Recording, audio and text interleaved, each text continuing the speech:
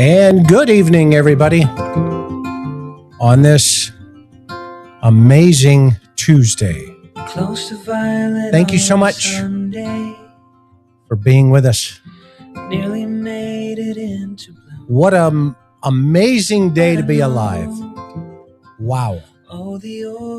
We were given the breath of life one more day, and we're going to make the best of it. Tell me where you're at.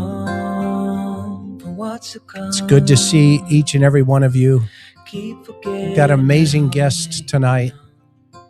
Sergeant John Lamb, who, in my opinion, is not only one of the brightest friends that I have. As they say, you know, Dr. Gary has a 10-pound brain. I think John has a 15-pound brain. He is a Renaissance man in many, many ways. Amazing author, amazing friend. And like me,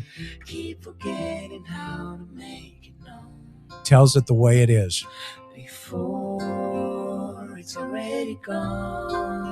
And don't we need that in a world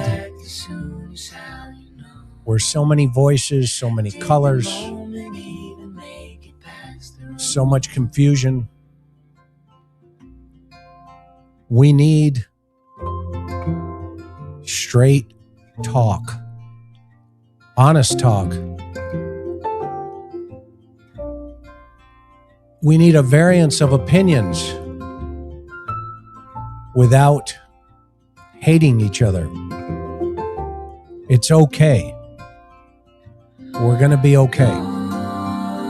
For what's to come, keep forgetting how to make it known. John is the GOAT. It's already gone. Looking back too soon is how you know. So without further ado, I'm going to bring Sergeant John Lamb into the scene here. Howdy, buddy. How you doing, Chris? It's great to see you. You nailed it. Another day to be alive. Thank you for the praise. 15-pound brain, I don't know. Maybe too much of it is devoted to being a smart mouth. That's not necessarily a bad thing. Not necessarily a bad thing. Go ahead. Most of the guys I worked for thought so. And I want to say hi to the mods and say hi to Karen, and Andy is in the background here. So if there are any questions, Andy is laying behind me. And you know, Chris, I thought that we had a wonderful time in Oceanside this weekend. We did. Tell everybody about that, John, and tell them about your new project. You've got some really neat things happening. You're going to be in Nashville pretty soon. Tell everybody about what's going on. I will. This past weekend, there was a memorial service for a detective that we worked with. And in fact, he, my first case as a homicide detective, the fellow's name was Jim Wood. he basically guided me through the process. And at the end of his 32-year career as a cop, was elected 3 times mayor of the city of Oceanside, which at this point has got like around 180,000 people. And Jim passed away. And so there was a gathering to celebrate his life. And those of us who were fortunate enough to be invited made our way into the San Diego region. And the memorial service was on Saturday afternoon. It was wonderful. On Friday afternoon, one of my old partners, Dan Aarons, and I drove around to Oceanside, and basically we'd drive and go, remember the murder we worked there? And remember the murder we worked there? And so I guess in one regard, it was kind of a creepy stroll or drive down memory lane. But the ceremony was great. You posted a couple of pictures from it on Sunday night. So if you'd like to see them, they're there. And so I got back on 2 a.m. On Monday morning, and learned that in the morning that my book, Beach Blanket Bedlam, was named as a finalist in a competition. There's a very large writers' conference with a strong emphasis on crime fiction and nonfiction in Franklin, which is just south of Nashville, and the event is called Killer Nashville. And the Beach Blanket Bedlam is a finalist for an award called the Silver Falchion. And so I will be heading there, be arriving in Franklin on August the 20th, I believe. And hopefully I'm going to be on a couple of panels. And so I'm extremely honored that and basically even a little surprised that it made, because there are a huge number of entrants. So this is amazing stuff. I'm glad you enjoyed the book. And the next book, all I'm waiting on, and that'll be Bring Out Your Dead, is I'm waiting for the publisher supposed to be sending me a galley copy. And what that is a final physical book to review.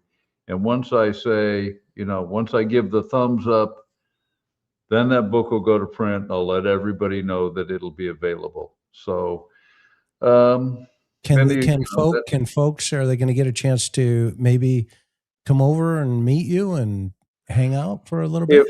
I don't know what access will be during the day to the events.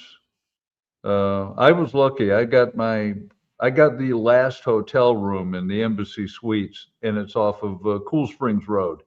Yeah, it's a great hotel. I got the very last room that was available in the hotel.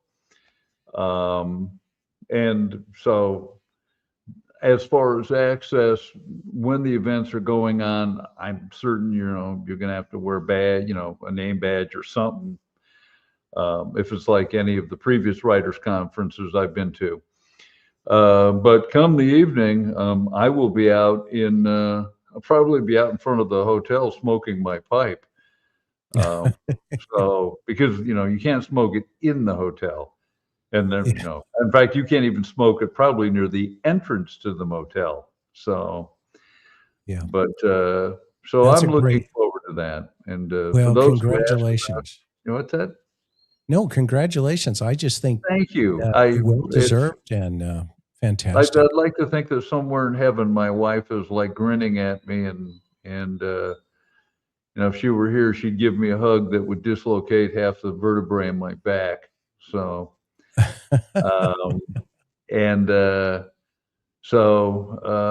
it's just a thrill, and I won't be flying there. I will be driving I like to drive, so I'll be driving my Challenger there, and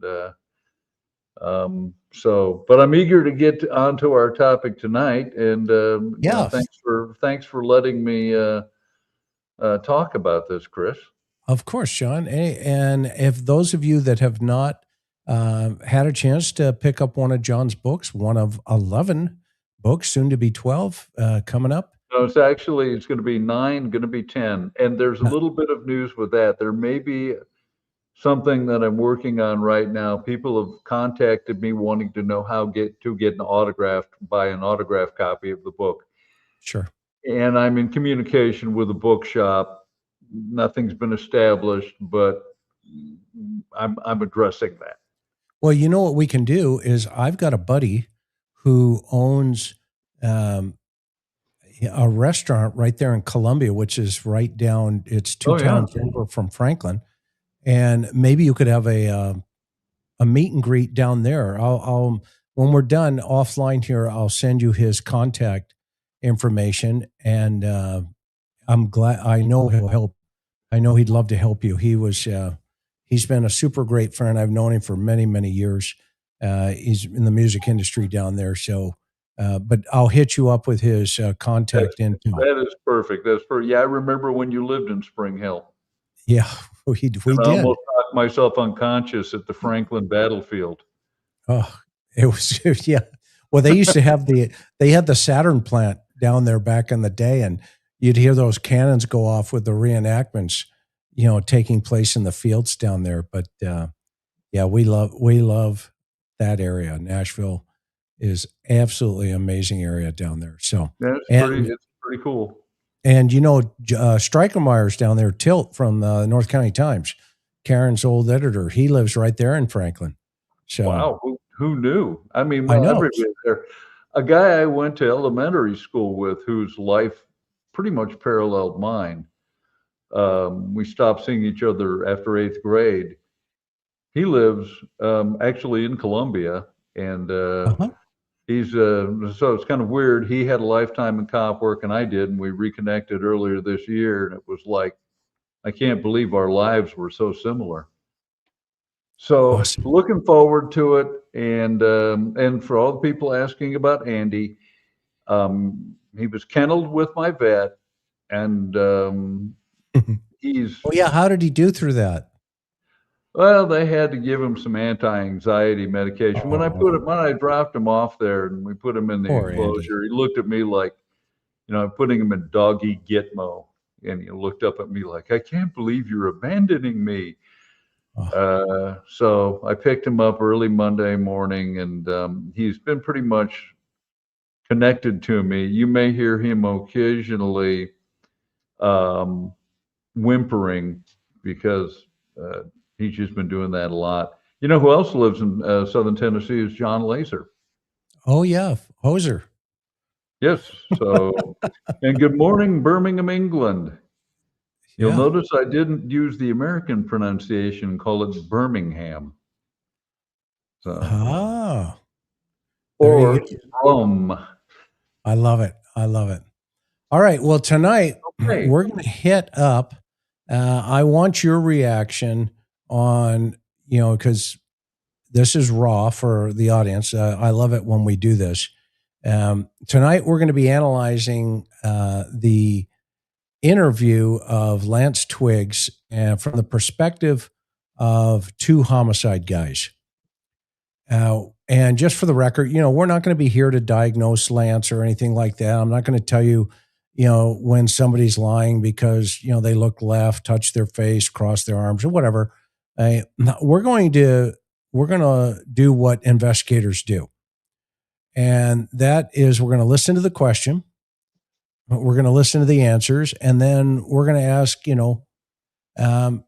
simple questions like, did he actually answer what he was being asked? We're going to look at what Lance may or may not have known when he knew it.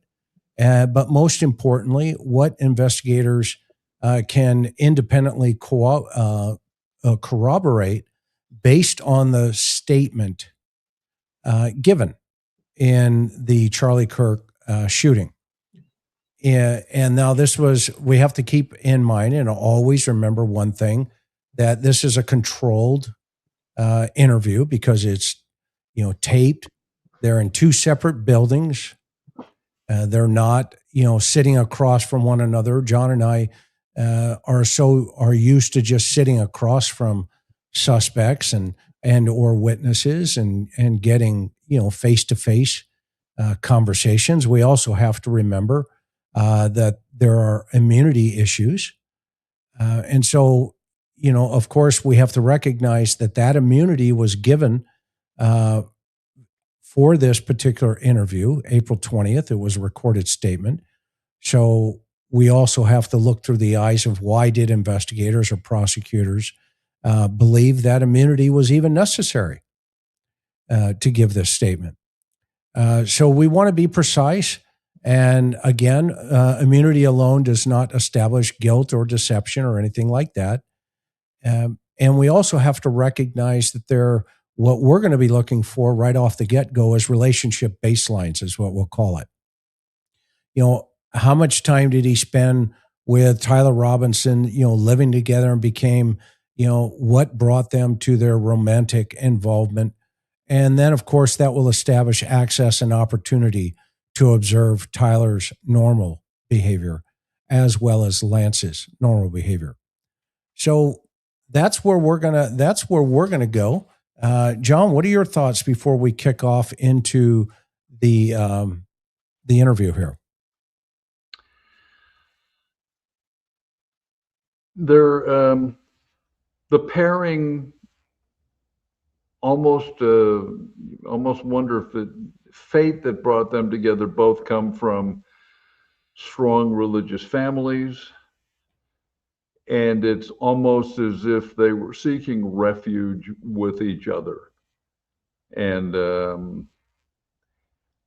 I'm fascinated to watch the interplay, and it'll be interesting. I'm not going to speculate on what Mr. Twiggs knew or when he knew it, but the communication is going to be, I think it's going to be very interesting. Yeah, and I want to dovetail into your thought there. This is exactly in what John and I would do before we even walked into an interview room, and thus the name of this program, The Interview Room. If we were going to go in and talk to one of the suspects, one of the first things we're going to obviously recognize is that, this is a late interview with this gentleman, and meaning it's not spontaneous. It's not coming from, just after a 911 call or something like that. It's a formal recording, and it's a meeting that concluded months after the homicide of Charlie Kirk. So, at that point, you also have to measure again that we recognize he has limited immunity, and connected with the statement that we're going to watch. So that's the first baseline that we're going to come from. So the second question or the second point that I want to make, that also means that time can change memory.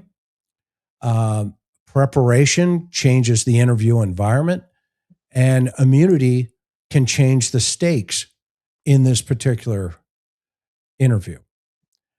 So one of the things that we want you, the audience, and in the chat to kind of, give your opinion. What do you think that means in relationship to why do you think immunity was necessary even in the first place before this interview even kicks down? So we're going to watch the structure of this interview. And what we're going to ask you, the audience, is like us, initially watch and listen to the interviewer as closely as you listen and watch Lance. So this is a two-pronged approach. So if John and I were sitting back watching this on, and which we have done hundreds of times in the monitoring room is what we'll call it, and somebody was doing an interview, we're watching both the detective and the individual being interviewed to gauge, some responses for, give and take, push and pull, how the interviewer is asking questions. Are they open-ended? Like, tell me what happened. Or is the interviewer feeding facts and then seeking confirmation? Right, John? Exactly.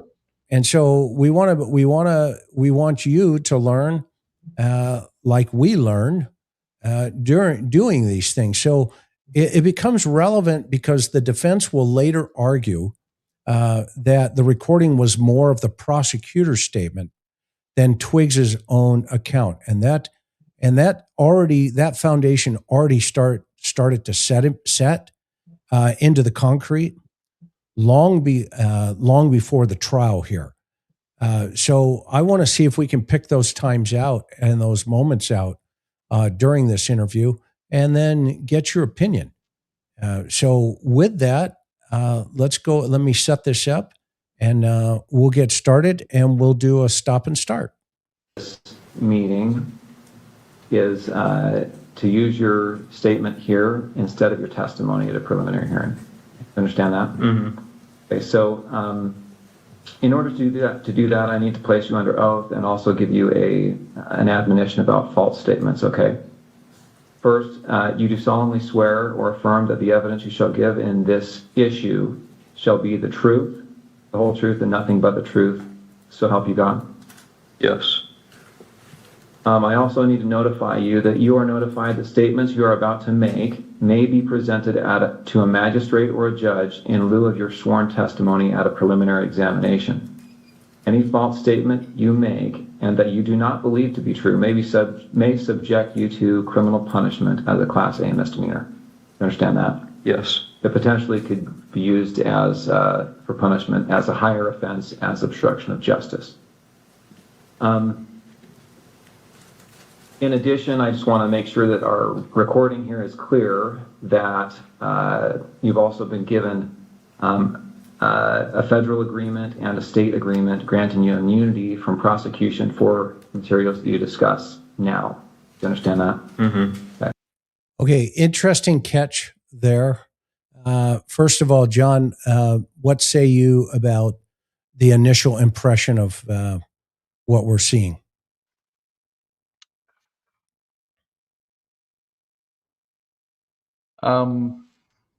Mr. Twiggs appears to be, I don't know if the word would be suppressed. The first thing I would say is, is not an answer. You need to answer yes or no, because if this statement was challenged at some point, Mr. Twiggs could say, well, didn't mean yes. It meant I didn't understand. So this is it's a number of times that we have been questioned under oath. The first time you go, it's answer yes or no. So that's the first thing I've noticed. No, I agree. I caught that as well. And the other thing that I think is very interesting here is the prosecutor is not in the same room with him. Yes. This is done over great question. And it sounds like he was given both federal immunity and state limited immunity. Limited. So what area? You've had a number of your people on chat who want to know what limited immunity is. And do you want to explain it? Do we know actually? Have they listed the offenses that he won't be charged with, or does it fall within the arena of if he does reveal? Then again, at this point, I'm just saying, what if? This is purely speculative. If at some point during the conversation, Mr. Twiggs revealed that he was aware of or participated with Mr. Robinson, thereby making himself part of a conspiracy. And again, what if? Does immunity disappear? Yeah, and you're right. And there's a couple of things that also we want to point out that an investigator would never do this over Zoom. Not a critical individual like this at all, in any way, shape, or form. Because we do not know who's sitting across from him on the other side of the camera. It could be his own attorney, and we don't know if that person is, guiding him through the answers. We have no knowledge of that at this point. We know that he's dressed up in a suit, so that's a good thing. Folks have noticed that he's chewing gum. Okay, that's not a good thing, but it's, whatever. You could eat a cheeseburger. We don't care. But at the same time, what type of look is he trying to project? And just seems like he's right now very robotic. He's very, he's just kind of there. And I don't know if you can get a clarity in relationship to how that's going to come across when he starts getting into the really, the nitty gritty here of the hard questions. Okay. Of the hard questions. So, what do you think so far? Anything jumping out at you just yet, John?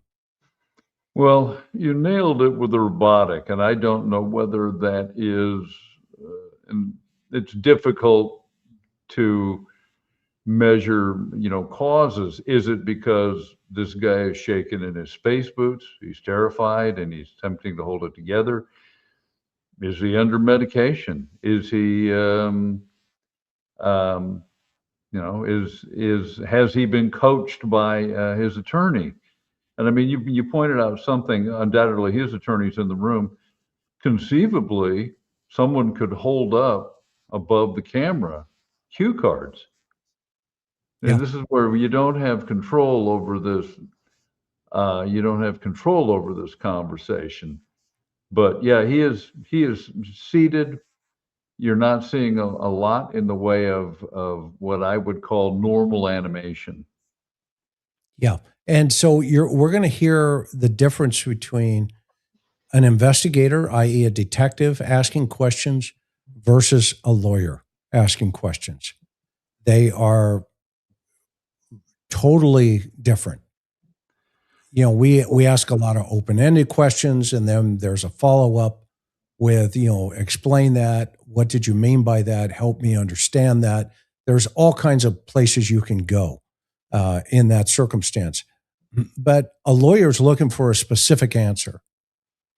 And so they're going to take you down a path to get to that particular answer. And sometimes that path is not necessarily the one you want to be on just yet, early on in an interview. So we have to also recognize this is the second of two interviews. We do not have the first interview yet, or the luxury of seeing that just yet. So without being too sensitive to that, I'm going to go ahead and keep this moving. Well, the other thing, you had a question here. What is Mr. Twiggs' age? He is, I believe, 22 years old. Yeah. So. Yeah. And again, looking at the immunity concept, that changes the dynamics of this particular interview. Because there now you have to watch what he volunteers versus what investigators put in front of him. So if this DA is putting information in front of him, that is much different than him just saying what's on his mind. Does that make sense, guys and gals? Okay. So there's something in there that we have to always keep in mind. All right. And I think the relationship concept is going to kind of give us an indicator of that. Let's get to that. First, we're going to cover some of the things that you've already talked about, but to make it as part of this record. First, what's your name? Full name. See, Lance is actually talking to somebody in the room right here. Did you guys catch that? Let me back this up just for a second. So somebody is coaching him, to John's point. Now, and it's muted. See him shaking his head up and down for a second? So they have muted the microphone on their end in Lance's room, and they are coaching him through this real fast. Watch this. So someone else is operating the camera. Say it again, John?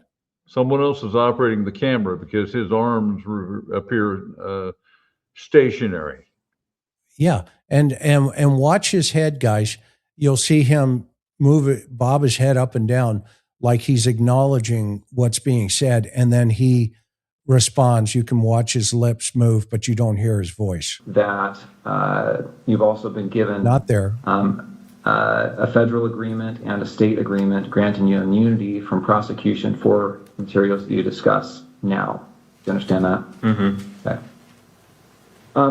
First, we're going to cover some of the things that you've already talked about, but to make it right there, he's looking away. Record. First, what's your name? Full name with middle name or just first and last? First and last is fine. Okay, my name is Lance Twiggs. And do you know Tyler Robinson? Yes, I do. Yeah, I do. And this is the same Tyler Robinson that's been charged with the shooting of Charlie Kirk? Yes. And would you say when you first met Tyler? I think it was 2023. I've known him longer than that, though. That was, I think, the first time I met him in person. Okay, this is important because this is a baseline for relationship. And he answers that. He discusses that he meets him in 2023, and then he later goes on. We'll get to it, but this is a baseline investigators need to establish because of the nature of this relationship before they evaluate Lance's observations. They want to know what's that connection and how deep is that connection before any of this interview continues on. John, why is that important?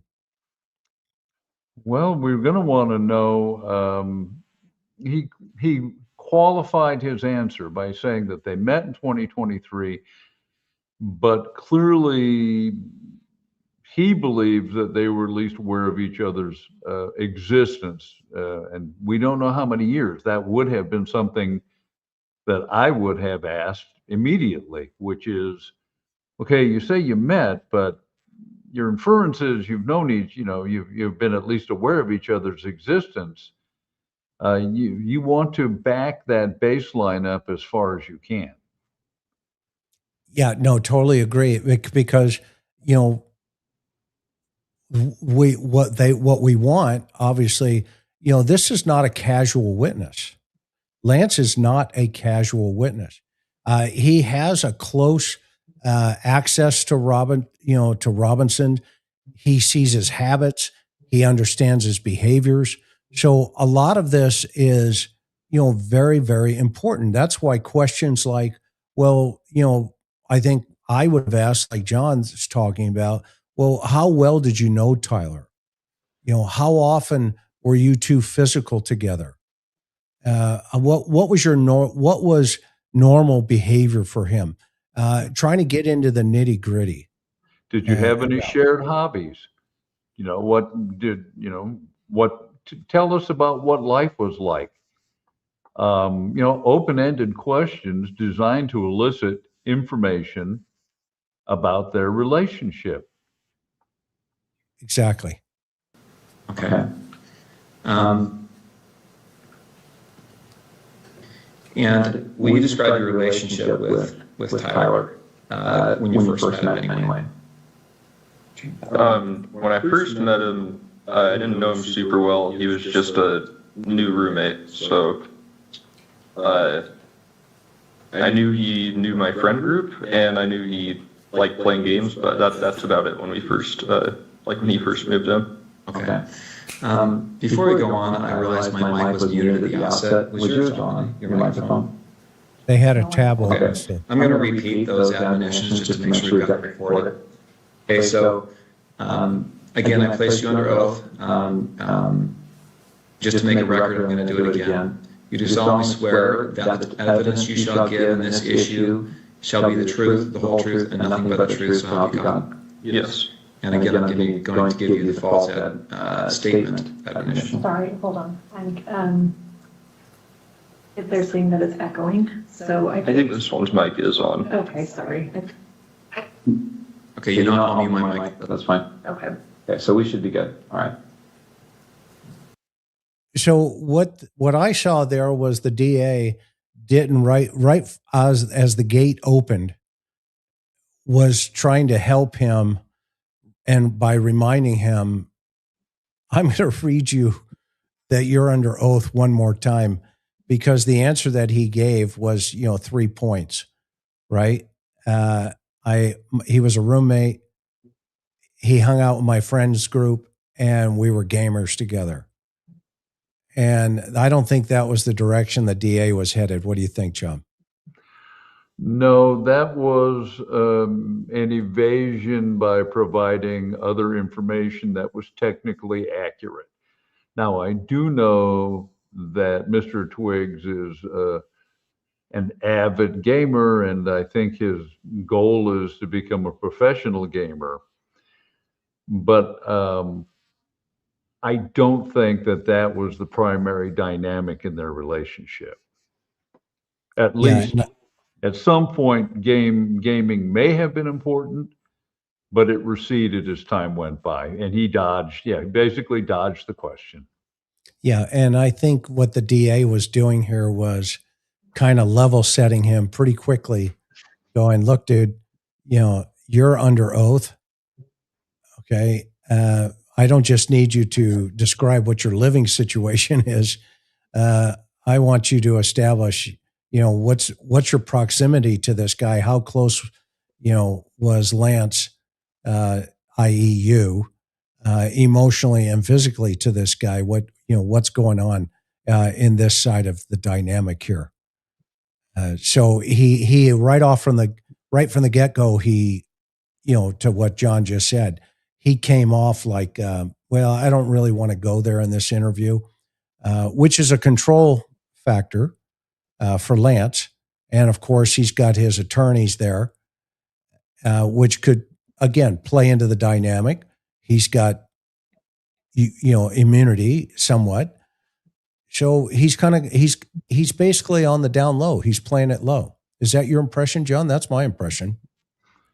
Yes, that's my impression, and he has also been vigorously coached not to move his arms or his hands. Yeah, interesting point. So I wouldn't even be surprised if like rubber banded his hands. I'm being funny, but he is sitting perfectly still.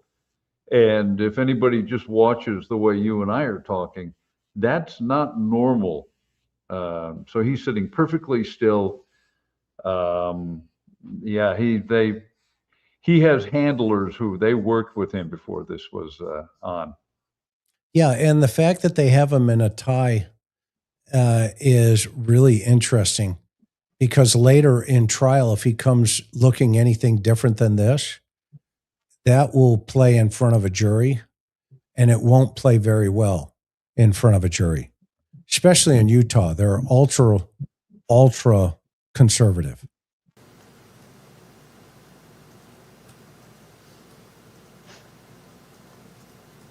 Is that mic on? Yes. Okay, great. All right. Okay, sorry about that interruption. All right, so you said when you first met you were roommates? Yeah. Okay. And then at some point, your relationship progressed to something more than just roommates, is that right? Mm-hmm. When was that? I think we started dating 2 or 3 months after he moved in. Okay. And where did you live at that time? St. George, in an apartment complex. And is that apartment the same place you lived when on September 10th? Yes. When you lived there with Tyler, were you in the same room? Did you live in the same room or different rooms? Separate rooms. And at that time, let's say September of 2025, what were you doing with your life? Were you working, school? I was working. I was doing like bathtub and shower repair and stuff in new construction. Okay. How about Tyler? I think he was both working. I think he was working for an electrician company then, and he was also in a trade school for being I don't know, higher like ranking electrician. I'm not sure how the trade system works for that.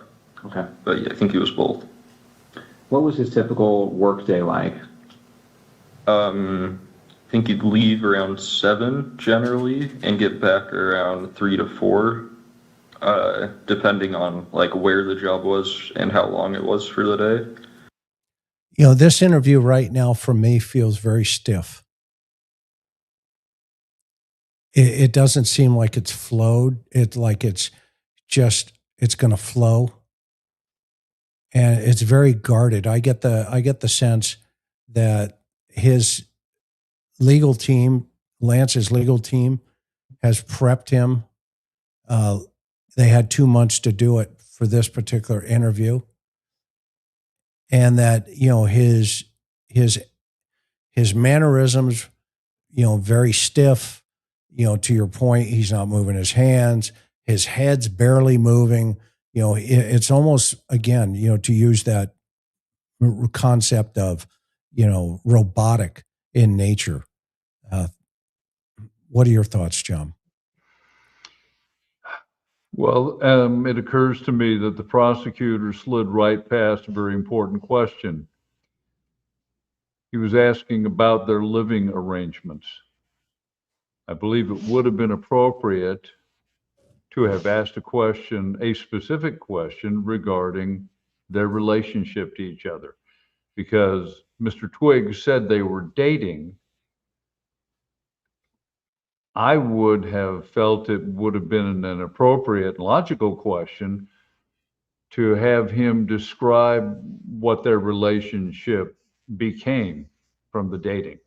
But unless at some point this is returned to, he has rushed right onto, you know, their day-to-day living arrangements. And we would want to know the extent of their relationship, because that would support the idea that they told each other important things. Because if they're just dating, and we're talking about just casual dating, is that the sort of relationship where you would talk about what you intended to do in advance? Or is it a deeper relationship where there would be, you know, a more in-depth exchange of attitudes and feelings and intent, you know, what you intend to do? Yeah, and how did they get there, right? Exactly. You know, tell me about, how did your relationship develop? What is it that you saw in each other? You know, did you drive the relationship? Did he drive the relationship? You know, what brought you to a decision where you two would ask each other out on a date? Where did that go? How did you get there? Yeah, absolutely. I think there's a lot of gaps here that the DA is leaving open. Now they could possibly be doing this on purpose to present in a trial. But then again, if this is their witness and they put him on the stand and they're going to utilize this as a, you know, a statement of fact, well, it's going to be very interesting how they're going to handle this guy, because of the defense is going to ask all those questions that you and I are talking about. Yeah. I mean, yeah, they are going to ask the question, so you seize the tactical advantage and get the information out early. Right. And you fix it now, put it in front of the defense right now and let them try to flush it. It shouldn't be the other way around. And then on certain days of the week during school, like, semesters, he would then later in the day, I think around 5 or 6, go to school. So, yeah. Okay. Let's jump to September 10th. Did he spend the night in the apartment the night of September 9th into September 10th? Into September 10th. Yeah, he did. Yes. Do you know when he left the apartment on September 10th? I don't know an exact time. I just know he left early. I heard him leaving, and he just said he had a long drive to work that day, so he was leaving early.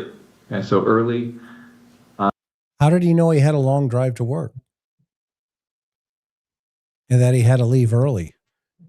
But he said he doesn't know the exact time that he left. Well, but he knows he left early in the morning because he had a long drive to work. Well, how did you know that? I mean, that was a missed opportunity right there as well. Any guess as to what, when that was? I don't know. I would have thought it was 5 a.m. because that's when like an early work day was for him, but it was probably more like 4. Okay. How did he know that if he didn't know what time, when he left? Meaning, were you sleeping? Were you awake? Were you up? What were you doing?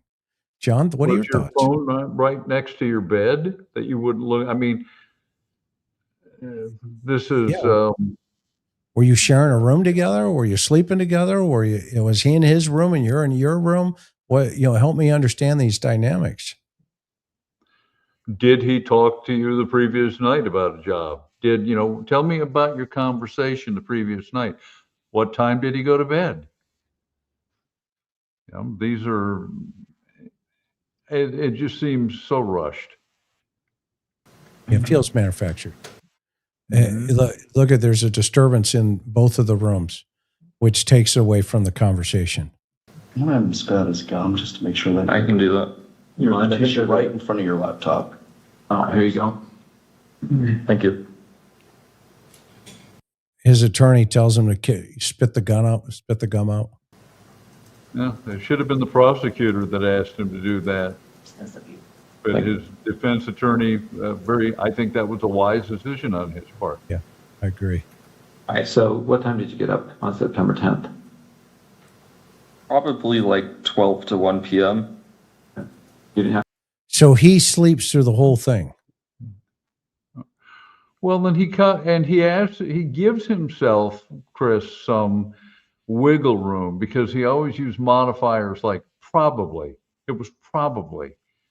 So you could come back later on and go, well, isn't it a fact that you were seen up at 10:30? Well, I said probably, and that's always a word, or could be, or wherever you see a modifier like that.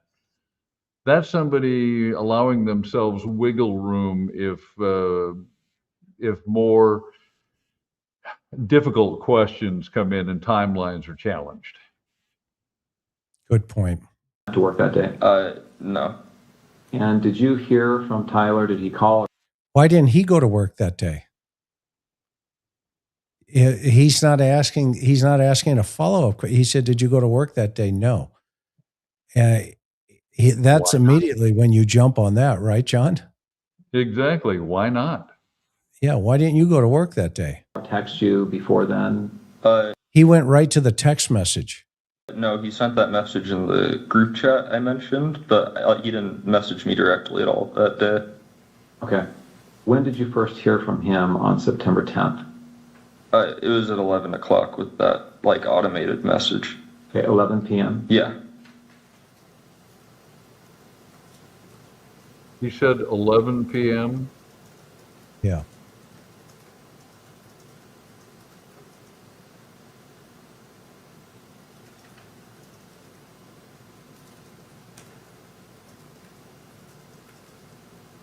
Court's got to fix this.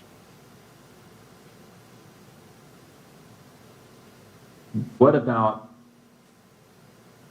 he asks you here, remember how I was engraving bullets? Was he engraving bullets? Oh, that's right. The court redacted this. They didn't want the world seeing his answers. Bullets before this? Yeah, I don't remember exactly when, but he had said he was planning to go hunting with his family. And he asked me for if we had a Dremel because he said he wanted to engrave messages on bullets. And I just told him where our Dremel was, and told him to make sure he doesn't set off a bullet on accident in the house. So what's your thought on that? Well, the first thing we know is that both Mr. Twiggs and Mr. Robinson were estranged from their families. That's pretty well established. So I would have asked the question when he said he was going to go hunting with his family. Well, that's kind of odd, isn't it? And weren't you aware that he, was not getting along with his family? Because that was apparently part of the dynamic that brought these two together. Yeah, and this is actually a really important piece because in some of the other interview, the question about politics had come up, and that was really important because this is a guy, who said, well, we didn't really talk about politics. We didn't talk about Charlie Kirk, et cetera. And then when the screen goes black, that's a major moment here, I think, in this interview, because, now we have a problem with the analysis as a whole, because we don't know what was removed. We don't know what they took down. Okay. And why they took it down. What is it about his visual behavior that they felt needed to be kept secret? Yeah. Why did the court redact it? Go ahead. Exactly. Well, and here's another question I would have asked. I've never been a hunter, but I've known plenty of hunters where I live. Pretty much everybody around here hunts. It strikes me as kind of an odd thing to be engraving messages on shells. This would have been a question where, had the whole issue of hunting. I would have asked Mr. Twiggs, well, did Mr. Robinson, was he a hunter? Had you ever talked about hunting? What did you hunt for? Did he say what he was going to hunt for? This is the whole area because on the face of it, the idea of engraving bullets with messages, particularly in light of previous recent events where there were messages engraved on cartridges, these are questions that should have been asked. Yeah, absolutely. I mean, I think, again, this is a major moment here, this black screen. Again, why did the court redact this? What was going on? If we're filling in 7 minutes of missing material with speculation, an investigator works with evidence, not imagination. And so, the reports are obviously, the judge restricted portions of the recorded statement from the public playback. But doesn't that make the redaction for the public much harder? Right? I mean, yes or no in the chat. Wouldn't you think that makes it much harder for the public to look at something like this and go, what's going on here? And it leaves all the conspiracy quacks, out there going 1,000 miles an hour when they're looking at black screens on the, in front of them. John, what do you, am I off into left field here? I know you're not. And this is frankly very puzzling to me. What is it about his answers? Because we have the audio portion. What is it about his behavior that the judge felt that this needed to be redacted? Now, we can't speculate, but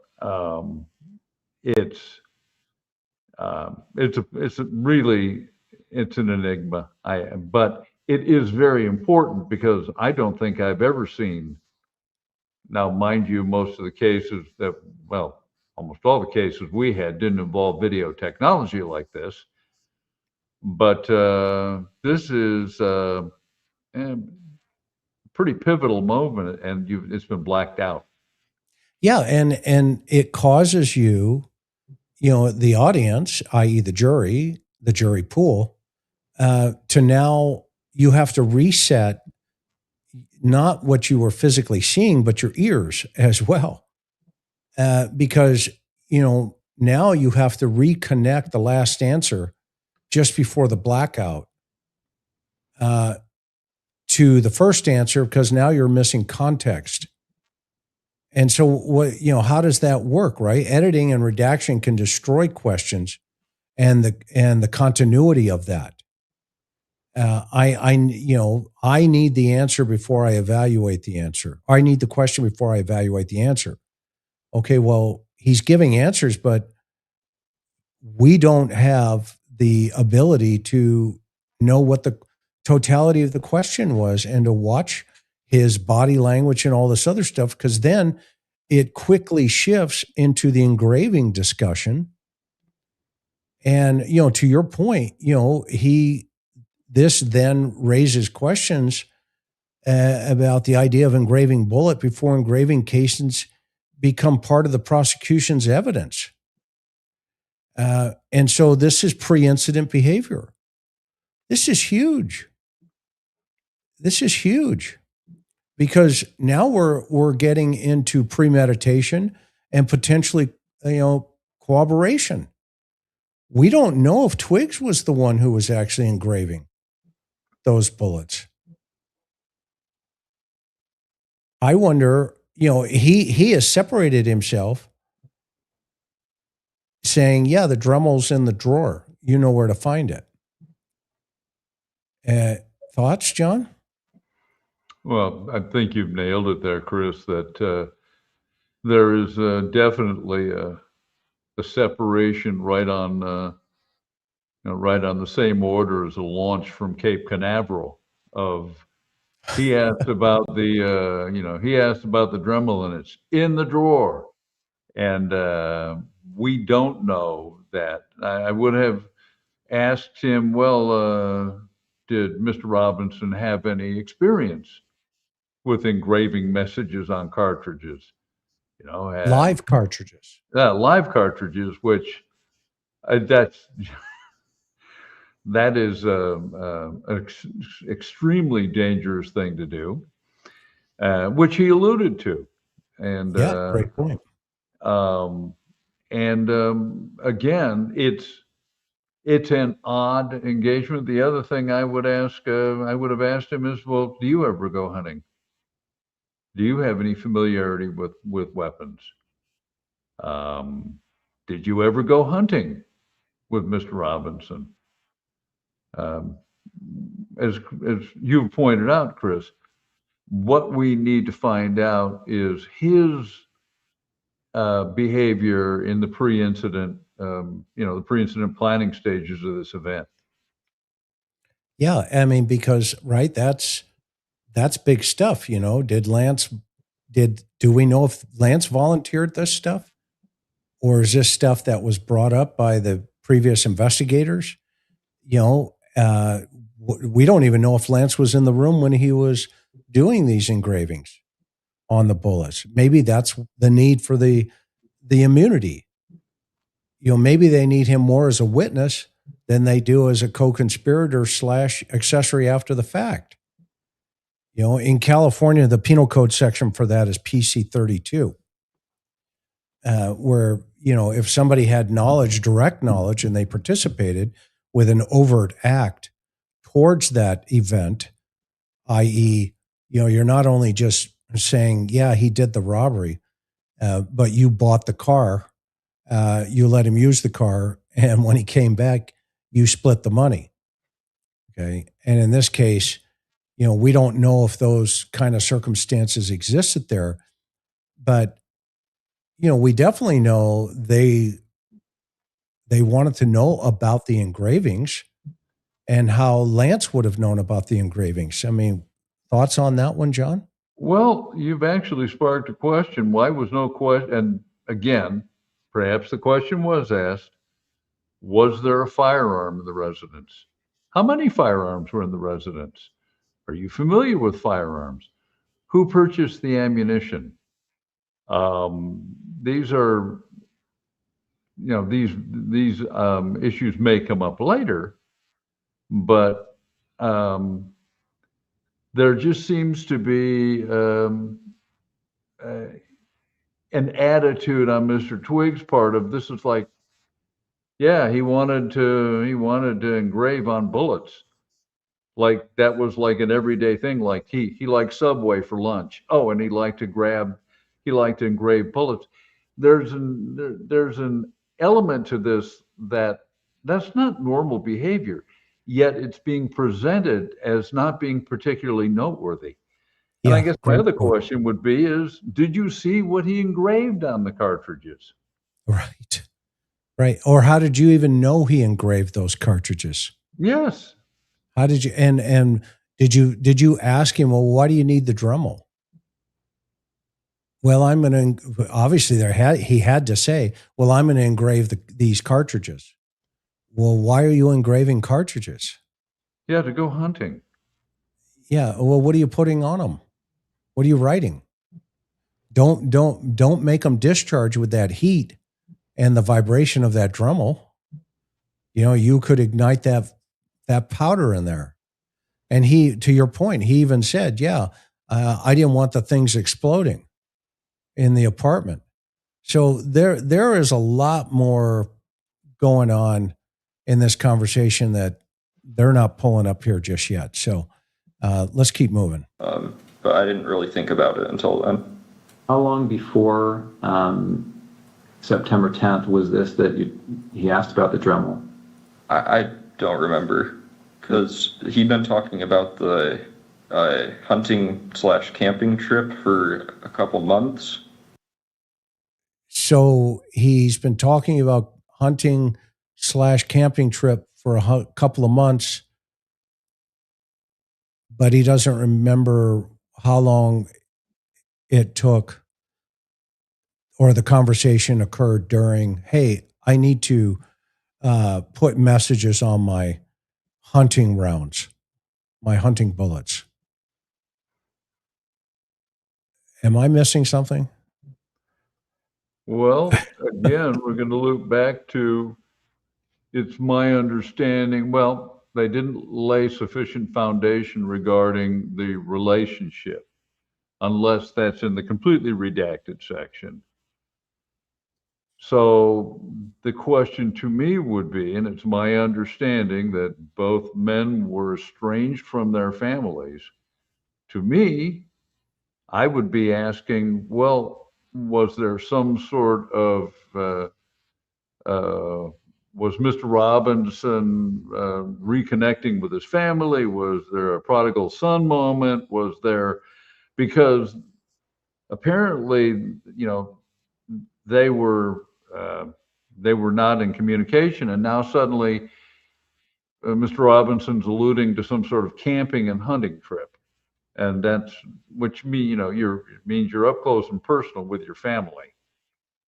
So but again, you needed to go back and establish, what did you guys talk about? Yeah, it's almost like they're afraid to hurt his feelings.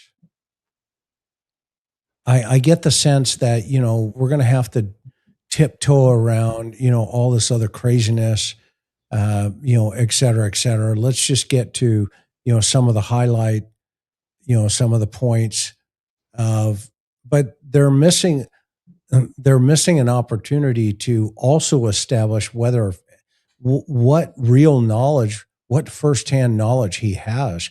I mean, we get to some of that, but he's really dancing. The DA is dancing around, the other lawyers, I think, that are sitting in the room, and they've already had a pre-interview call. Hey, here are the ground rules. This is what we want to know about, yada, yada. And he's answering the questions like, okay, don't give him too much from the defense's side, i.e. his attorney in the room, the gum grabbers. Those folks are telling him less is more, say less, say less, say less.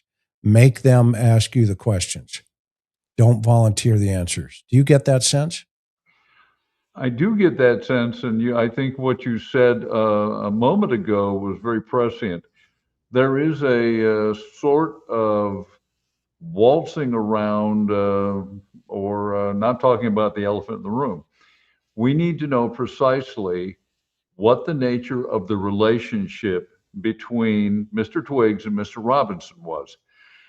And I almost get the sense that they are frightened to approach that for fear that there'll be some sort of blowback that, oh, this is, homophobic and, in courtrooms that we were in from the 1980s on, it was very commonplace to discuss homosexual relationships on the stand. So I don't understand this reticence on their part. We need to know what their relationship was, and it almost looks to me like they're consciously avoiding it. Yeah, and I mentioned on last night's show that that's going to explode in the trial. I think the defense, Tyler Robinson's defense team, can you imagine Tyler Robinson right now has already heard this, and he's watched his lover basically just turn on him and just, scorned him. And Tyler's sitting there going, well, wait a minute, I did this for you. That's Tyler's defense, right? In the note, and now, or at least that's part of his motivation. Politics is the other part, and how Charlie Kirk, preached about these gender issues and, what their definition of hate speech is, that it equated the death penalty. Well, now that shoe is on the opposite foot, and Tyler's looking at the death penalty, yet the one he depended on the most is turning on him. So I think if this goes to trial, all of this identity stuff is going to be a very huge issue for the defense, because I think they're going to go after this guy. What do you think? Oh, yes. They're going to put him on the stand, and they're going to create an entirely different narrative. And I'm speculating right now. Let me make this perfectly clear. But if I was a defense attorney, I would approach the case by making Mr. Twiggs the brains of the operation, and then portraying him as a sort of Judas Iscariot, who, once the deed was done that he wrote, he created, then he threw his lover under the bus. And unfortunately, the way this interview is going on, there are plenty of gaps that the defense can fill in to support that narrative. Yeah, I think they're setting him up. Unfortunately, the prosecution's setting him up for a disastrous testimony on the stand. But I don't remember when he was specifically asking to engrave the bullets. So are we talking like a year before? Oh no, not that long. It would have been, I'd say at most a month before this was when he was asking. Okay.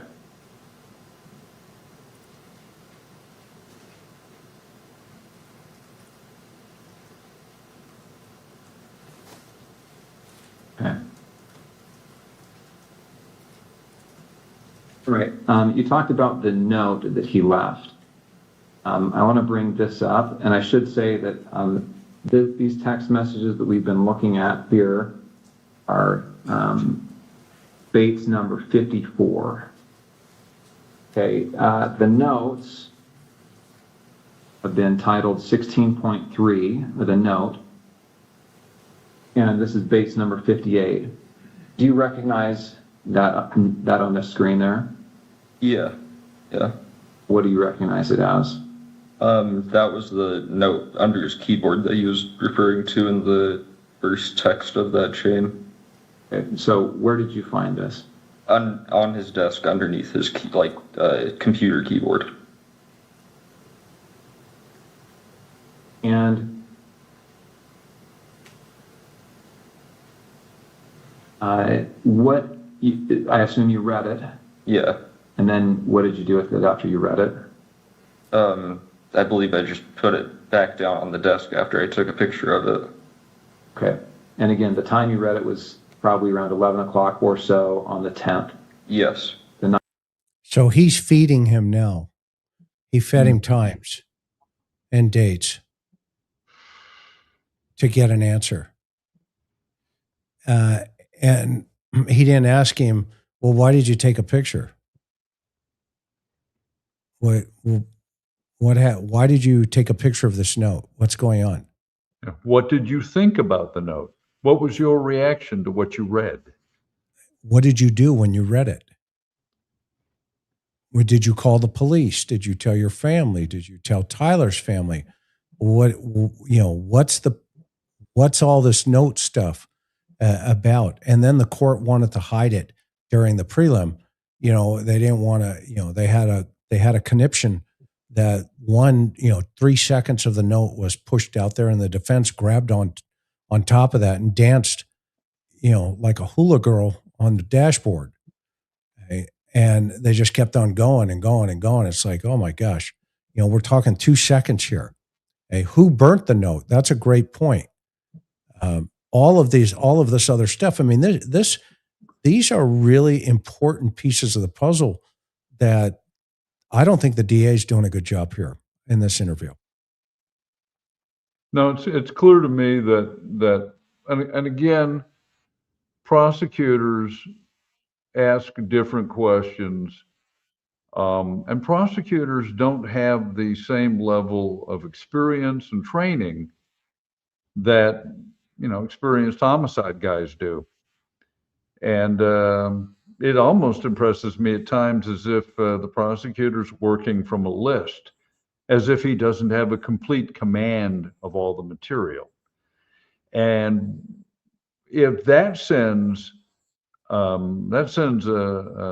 nonverbal message that I can, that Mr. Twiggs can be vague in his answers, because I mean, we knew when we asked somebody questions that you have to know the material fully. Yeah, I mean, it's almost like they don't want to. Again, they don't want, like, they want the truth, but you know what? What we'll do is we'll kind of, it's almost like watching a toddler go into the swimming pool. One step at a time, holding onto the rail. And then their body gets used to the cool water, and eventually, they're in the water. But it's almost like they're walking into the water with this kid. And when I say kid, I mean this man. They're walking into the water with this man as if it's a toddler. Jump in the doggone pool and swim.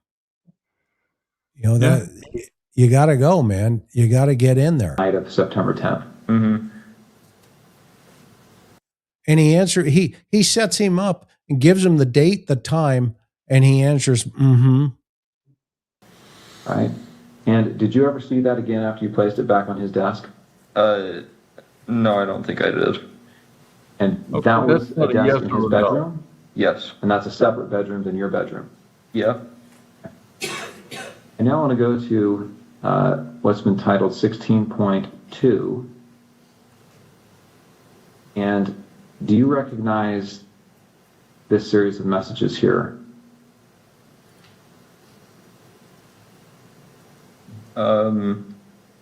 Yeah, that was the server, like his friend that I was mentioning. Okay, and this is your phone again? Yeah. And I'm assuming you recognize it because the big crack up at the top. Mm-hmm. And that's so the question. this is Why do you recognize that it's the phone? You, again, feeding him answers. Yeah, you recognize it because of the crack at the top. Yeah, that would, how many times did we answer questions on an item of evidence? Well, do you recognize this item? And then you would look at it and go, yes, I do, because my initials are on it. It's almost as if this prosecutor is in a hurry. And totally that agree. there wasn't sufficient.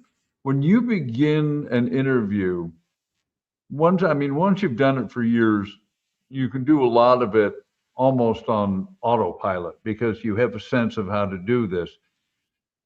This prosecutor should have sat down and probably role played this interrogation with another person there to actually have a format for the questions.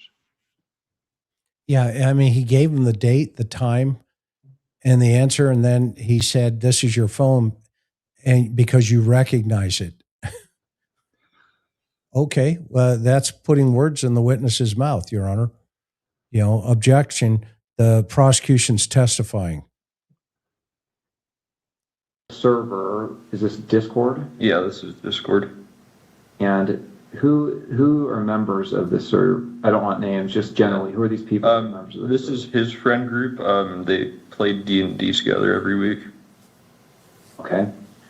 And I just want to scroll through this to make sure that you get a chance to take a look at it. Or go to the next page. Mm-hmm. Yes.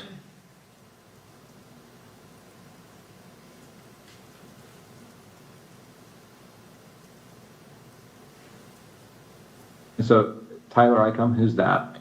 That's Tyler Robinson. And these other people are just others that are members of the server. Yes. Jug, Barnaby, Marina, DM. Mm-hmm. Yes. Yeah, DM means Dungeon Master. So these are like, most of them are names they're using in the game they're playing currently. Got it. Okay, so they're in a fantasy land here in the friends group, and gamers. They're into this virtual world. Dungeons and Dragons. D&D is Dungeons and Dragons, and Discord is a server for communicating, ostensibly for games, but Discord is also employed for other people to communicate with each other about things that are not related to these digital games. Yeah, no, and so this is a fantasy-based Odin and all those guys from D&D. You know where I'm going with that one, but I'm going to keep my mouth shut. I'm going to be good. But that said, You're an example to all of us, Chris. You know what? Long live the king. Long live the king. And this idea of all of this stuff going on and they're fantasy based, they're living in ultra reality. And there's kind of a disconnect here. So how does that play into identification and admissions in relationship to how Lance is going to present it? Because this is a guy also wearing, a onesie and a tutu suit that the defense, again, is going to go after him. I don't think I'm going to be wrong on this one. No. From a community with 12 different flags, many different colors, all this other stuff. All of that is going to be very relevant now in the Charlie Kirk shooting. Because that all goes towards this conversation about politics, about issues, whether, gender issues, whatever the problem's going to be. Motive. Motive. Motive. Yes. And even though the DA is going to try to stay away from it, I don't think the defense will stay away from it. I think the defense is going to play my guy, the shooter, comes from a Mormon family. He, had a religious upbringing. He was straight until he met that guy. And that guy belongs to people that do A, B, C, D, and E. And he's the one that pushed my guy into a direction. Have mercy on him. What say He you, was Joe? led into temptation. Great point. Yeah. That is an excellent defense, because in its own way, it accounts for certain of the anomalies in his statements or his explanations. For instance, you find that note, and then you take a photograph of it. To me, that would have been, well, why did you take a photograph of it? Yeah. Was it to put it into a Discord later on? Yes. Was it, or was it that you want to hang on to it as a defense, to defend yourself from subsequent prosecution? Yeah. Or is this your trinket that you feel that you participated in? This is your win? Because remember, everything in Dungeons and Dragons also, you get points for every kill. Mm-hmm. And you collect items in and Dungeons you collect things. Yeah. And, we've had cases where people that have killed victims have scratched in the window frames, notches, as part of D&D. And so is this what's going on with this particular circumstance right now? It's interesting. And then somebody had to burn the note, right?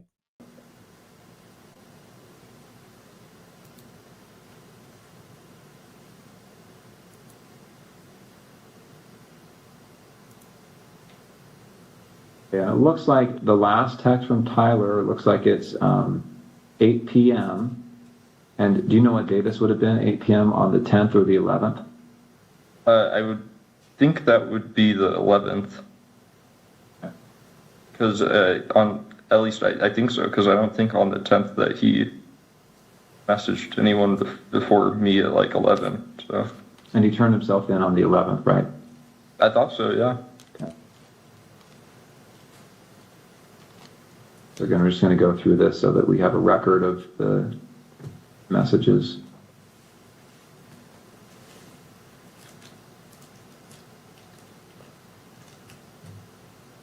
Yeah, that answer was interesting. I thought so, yes. Why did you think so? That's the question. Why would you think so? It's either yes or no. And if it's I think so, please explain to the court why you thought so. What circumstances or information you possess led you to that conclusion?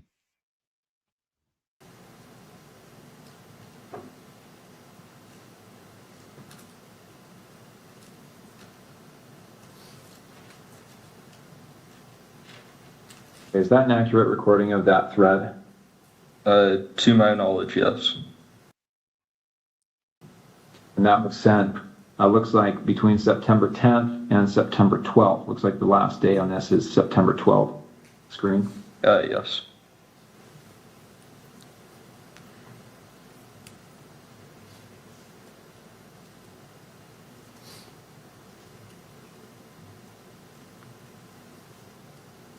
Okay.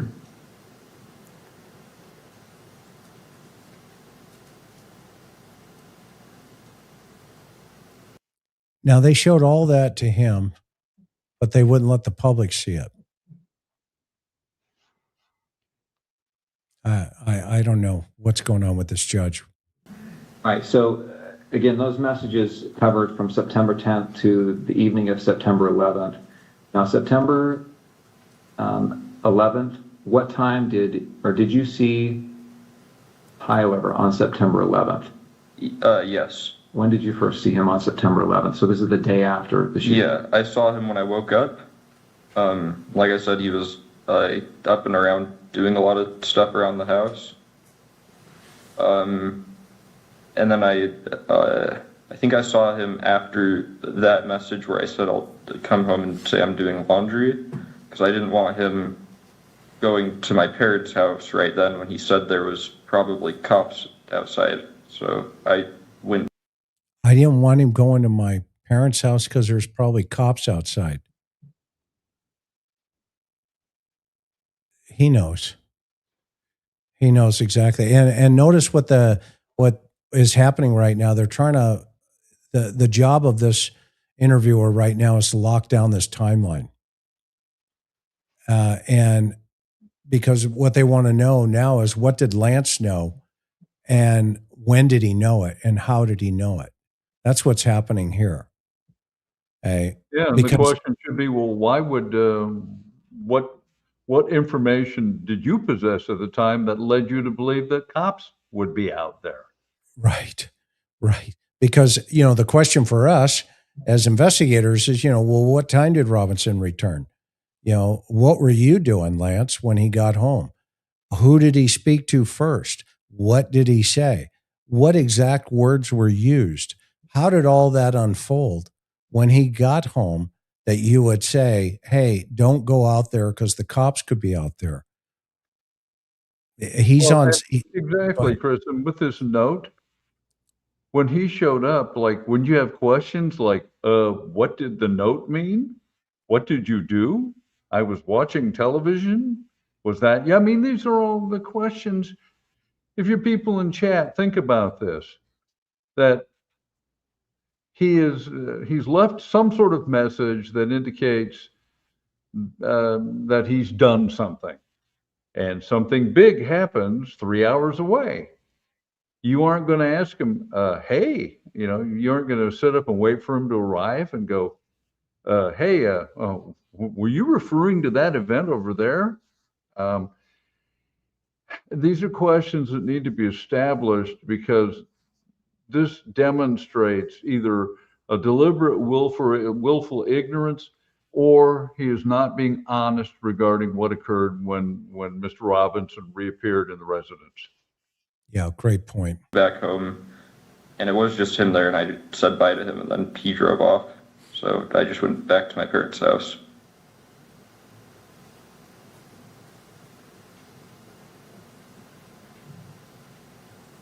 Well, why did he go to his parents' house? Great question.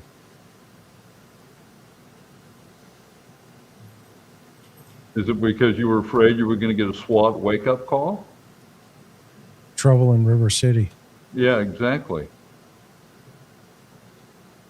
So he acted erratically.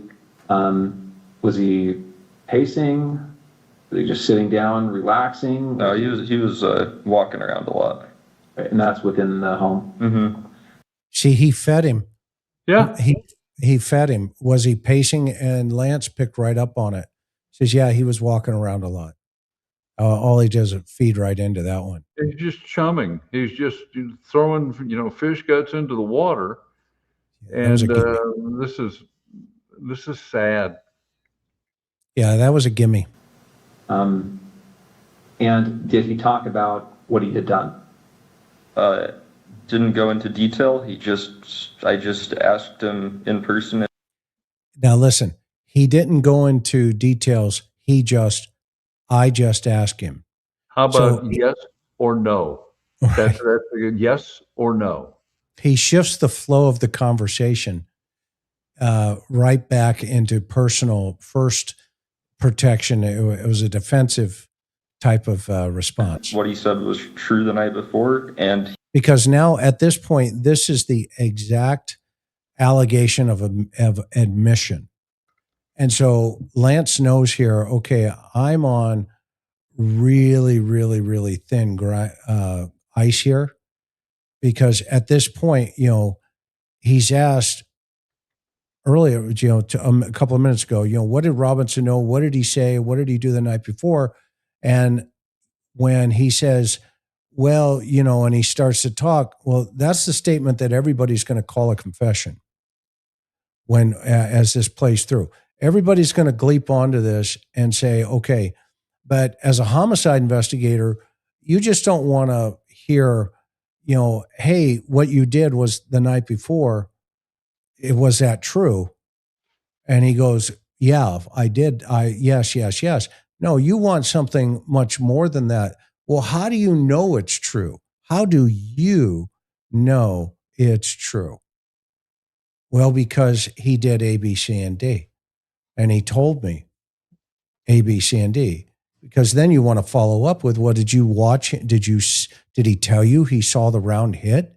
Did he tell you, what he did afterwards? Yada, yada, yada. And you go down that lane and you lock him in. You just don't, this is a very cursory, it almost feels too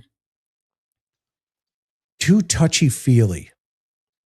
Yeah, you're avoiding the actual reality of shooting someone with a high-powered rifle. They're referring to it as it. Well, it could mean last night, it could mean you went to the Taco Bell. You could have been, it has no semantic value. We need to have specific words describing specific acts. And you're right, Lance, Chris, there's an element to this is like, let's dance around it, and just disturbing.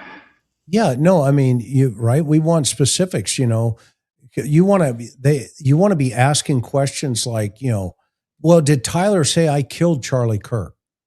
And did he name Charlie? Did he describe the shot? Did he mention the rifle? Did he give a fact only that the shooter would know, Lance? Give me something that you heard from him. And that is powerful evidence in a courtroom. Not this, let's hold hands and sing Kumbaya and black out so that, whatever the reason is for that, with Judge Gray. This has got to be nitty gritty, man, because we're talking about the death penalty here. And you've got to lay this stuff out, whether the jury, whether the court likes it or not. The public has a right to see it, hear it, feel it, smell it. They have a right to know. And that's what a preliminary hearing is. In fact, some of the sharpest tools in the shed used to call them parliamentary hearings. I got my parliamentary hearing tomorrow, detective. It's just, all right, man, we're cooking. Remember, John?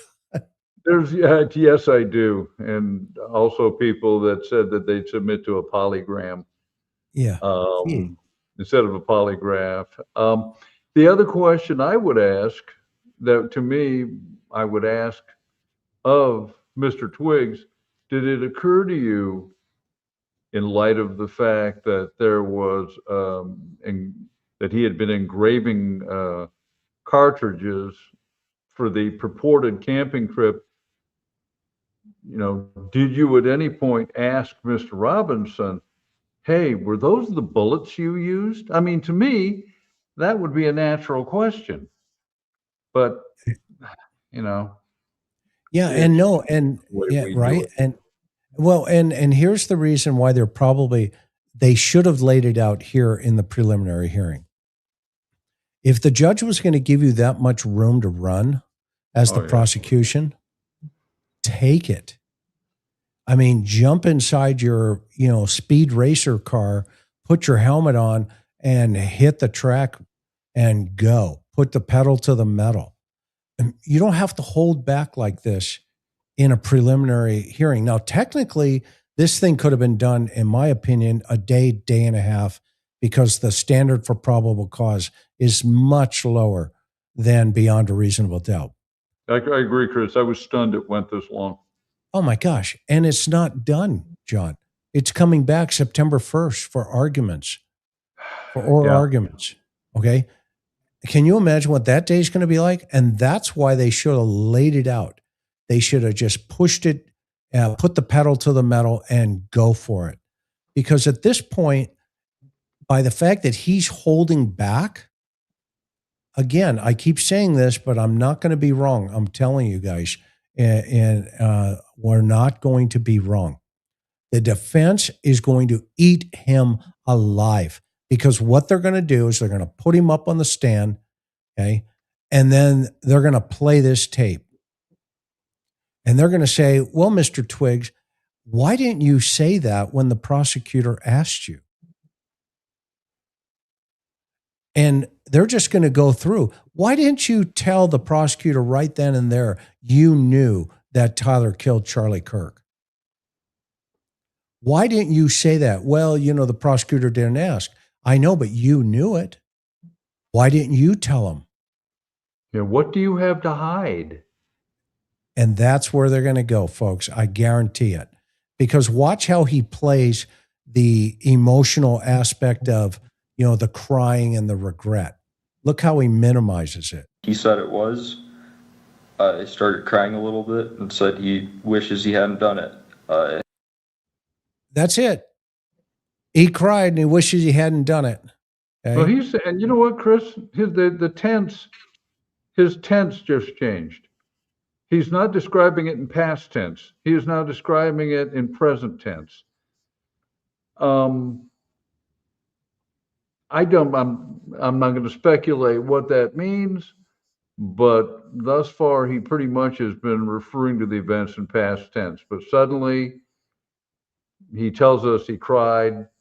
How do we rectify that with the various messages? Yeah. So we're going to separate observation from interpretation, right, John? Exactly. And here we have three things of evidentiary value. Number one is observation. He cried. The second is the statement. He wishes he hadn't done it. And the third is the interpretation of that. He was remorseful. So separating all three of those buckets, those are three different evidentiary things that the prosecution can bring into the courtroom. All right? So again, we have to step back and not diagnose emotion from the actual appearance that we're seeing and listening to right in front of us. Okay? Because Lance has separated all three of these things into three separate buckets. And all three of those buckets are incredibly important evidence. But he keeps on pace here. And check this out. And then kept going around and just doing stuff, I think, to keep himself busy or distracted or something. Okay. Did he talk about what he was going to do next?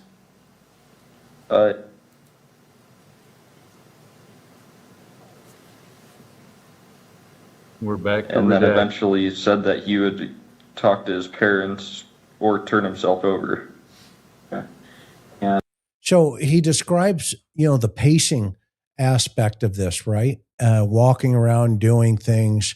And Twiggs interpreted that as he was keeping himself busy or distracted. Okay. But then he had a qualifier in there, I think. Again, to John's point, the pacing and the observation of this from Twiggs's perspective is Lance is giving this distraction aspect, and he's interpreting that as his behavior, Robinson's behavior. When in fact, here, he's being distracted and he's kind of minimizing that particular behavior. And that is a really problematic for a witness because witnesses give facts. We want to hear facts from a homicide perspective, right? And sometimes they unknowingly give us their theories of the facts. And that's not what we're looking for. That's not what the court's looking for, and that's not what a jury is looking for. So we have to really pay attention to the minutia pieces of this, because just a few seconds ago, he had given us three buckets that were extremely important from an evidentiary factor. And now he goes into this emotional observation of, well, he's being distracted, trying to keep himself busy, I think. That's problematic. And defense will eat him alive. Yeah. What else is problematic is we only have this guy's word for it that Mr. Robinson was regretful. And the next thing is he is no more qualified well, let's back up. We don't know that any of this actually happened. This could be what he has dreamed up as the best scenario to minimize his involvement in the event. But let's just say, for example, that Mr. Robinson was pacing back and forth, was agitated, or appeared agitated. Mr. Twiggs doesn't know what he was thinking. He has just placed his interpretation on it. And pretty much everything he is giving us is minimizing his role in it. To me, a question I would have asked would be, Mr. Twiggs, your roommate, your significant other, just confessed to cold-blooded murder. How were you reacting to it? But exactly. Another missed question.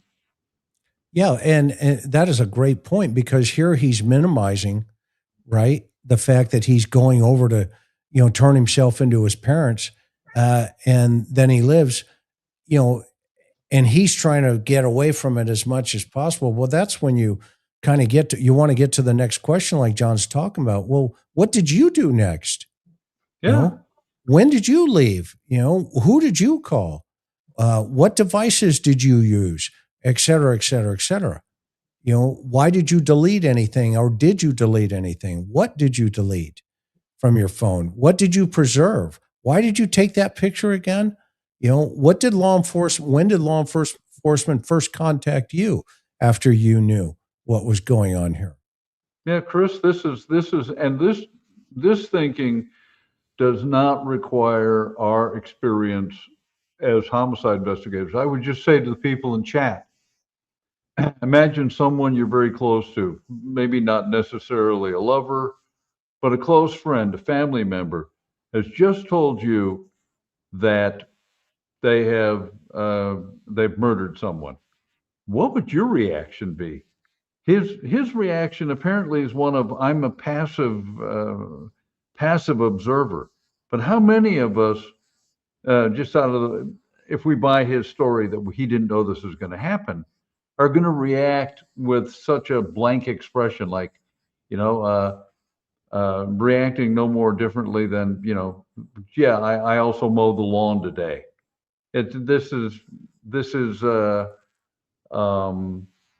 His reaction again is minimizing his reaction to it. It's just, but what are you going to do? Yeah, and as a clinical psychologist, Dr. Gary is not going to give any opinion on either one of these boys, because number one, he hasn't sat with them, and number two, he ethically, I know Gary, and John knows Gary. He's not going to do that. So save the chat. I can tell you that. I can guarantee you that. I mean, you guys have seen Gary on the show where he'll lean forward and say, you know what, I've not met with them, and therefore I'm not going to comment on it. So we're talking as two investigators of what we would do, okay, to talk about this kid. When you psychologists. Yeah. I mean, Gary's not a homicide detective, and we're not psychologists. And so that's the great thing about both roles. Our job is to hunt the lion and put it in the cage so Gary can study it. Was that how you left, understanding that he was going to turn himself in or go to his parents' house? Yeah, and I didn't really want to be at our apartment while any of that was happening. Again, to your point, John, he's mitigating his risk level by saying, yeah, I didn't want to be around while he's going to do all that stuff. Yeah, it's like feet do your stuff. And he wants to be out of there. And this is a curious sort of reaction when one considers that they apparently had a strong relationship. Yeah. Yet the moment the seas get a little choppy, out comes the lifeboat and he's on his way to the shore. Yeah, exactly. And, you mean to tell me you didn't pick up the phone and call 911 and say, hey, I've got the shooter of Charlie Kirk right here. He's my lover. Yeah. Or You don't have any more guns, do you? I mean, at this point, his thinking should be, at some point, there's going to be a flashbang coming through the window if they found him. Or the phone's going to ring and it'll be a negotiator saying, hi, he can either come out or we can send the SWAT team in and they can play submachine gun laser tag until we find you. So again, this reaction is, oh, and by the way, I actually did use that line in a barricaded murder suspect. So I'll tell that story someday. Who's under the bed? No, this guy, I mean, very briefly, this guy had committed a murder in the adjoining city. I was called out as the negotiator. He was barricaded in the apartment, and I just told him, I'm playing with house money here. The apartment complex is empty. You've got no hostages. So here's your choice. You can come out and surrender now, or we're going to fill your house with tear gas, and then the SWAT team will come in with gas masks and H&K MP5 submachine guns, and it's a form of laser tag you were unlikely to survive. And he thought for about 10 seconds and said, I'm heading for the door now. And then you got to go, whoa, whoa, whoa, whoa. Don't rush out the door, because you might end up looking like a sieve. Let the SWAT team know you're coming. So, but this should have been within their minds that he knows he's hot, yet he says, bye. Yeah. And, so goes loyalty Yes. in the relationship. And can you imagine what Tyler's thinking right now about if Twig takes the stand, what he's going to lean over and tell his defense team about Twig? They're putting a whole dossier together based off of Tyler intel. Tyler is providing all the intel about Lance Twig as we sit here today, because he's got nothing but time to write it down while sitting and waiting for the next 30 days and then ultimately into the trial. I don't know about you, but I'm going to get a very large bucket of popcorn. And can I get extra butter, please? What went down? Okay.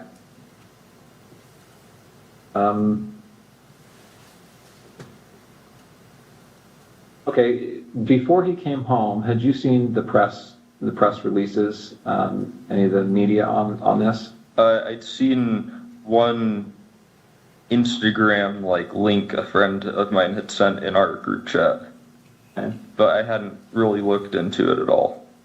And had you seen the images? Non-responsive. Yeah. Nothing to see here. Move along. That were released of the suspect? I did the next day. I don't think I saw any on the 10th. I'm going to show you a couple of those images. The biggest news story in North America. Let me get something to drink before we go there. Okay, I'm on the FBI's website. You can see the URL there at the top. This is some press release about this event. And here on the screen, you see looks like there's 2 rows of 3 images. Mm-hmm.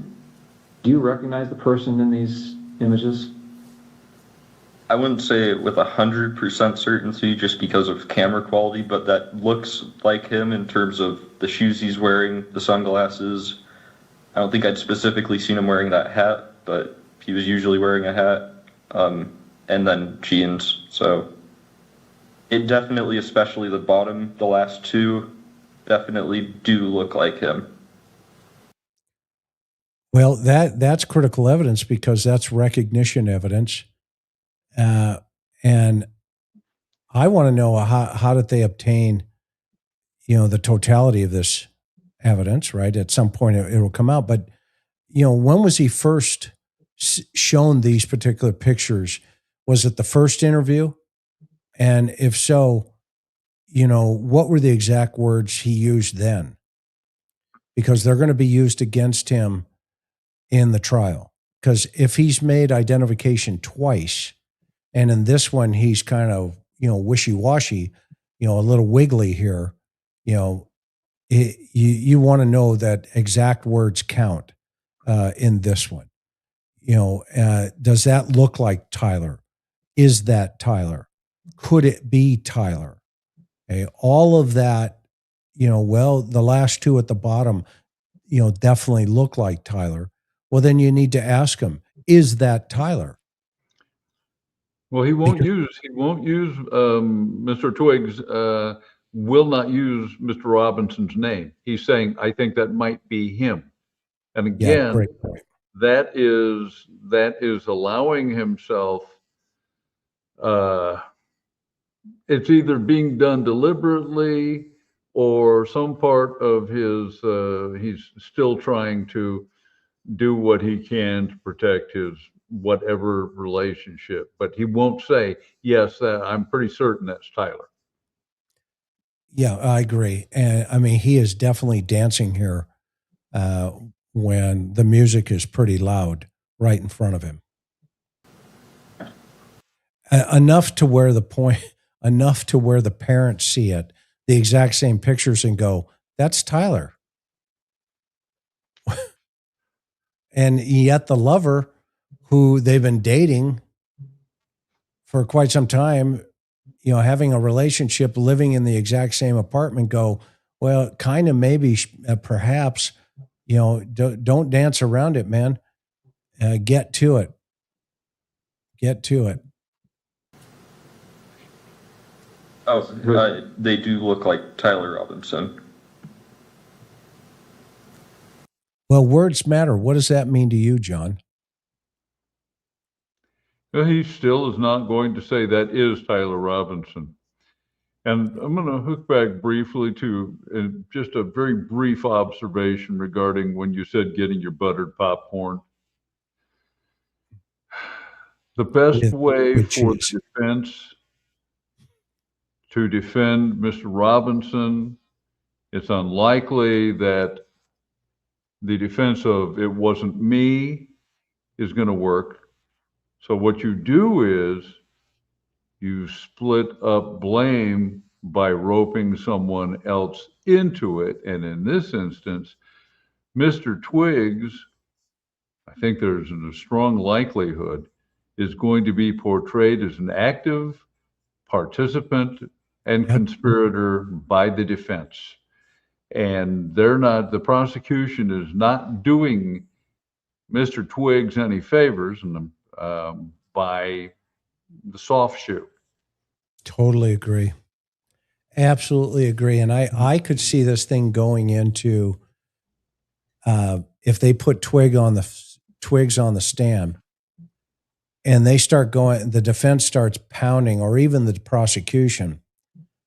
I mean, you and I have both seen it, where the judge will lean over and say, counsel, sidebar, come up here.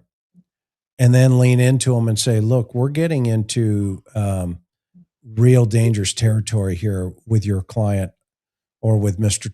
Twigg on the stand. I'm trying to figure out if I should get him counsel, because he is starting to potentially get to the place where his Fifth Amendment could be in jeopardy, in violation here.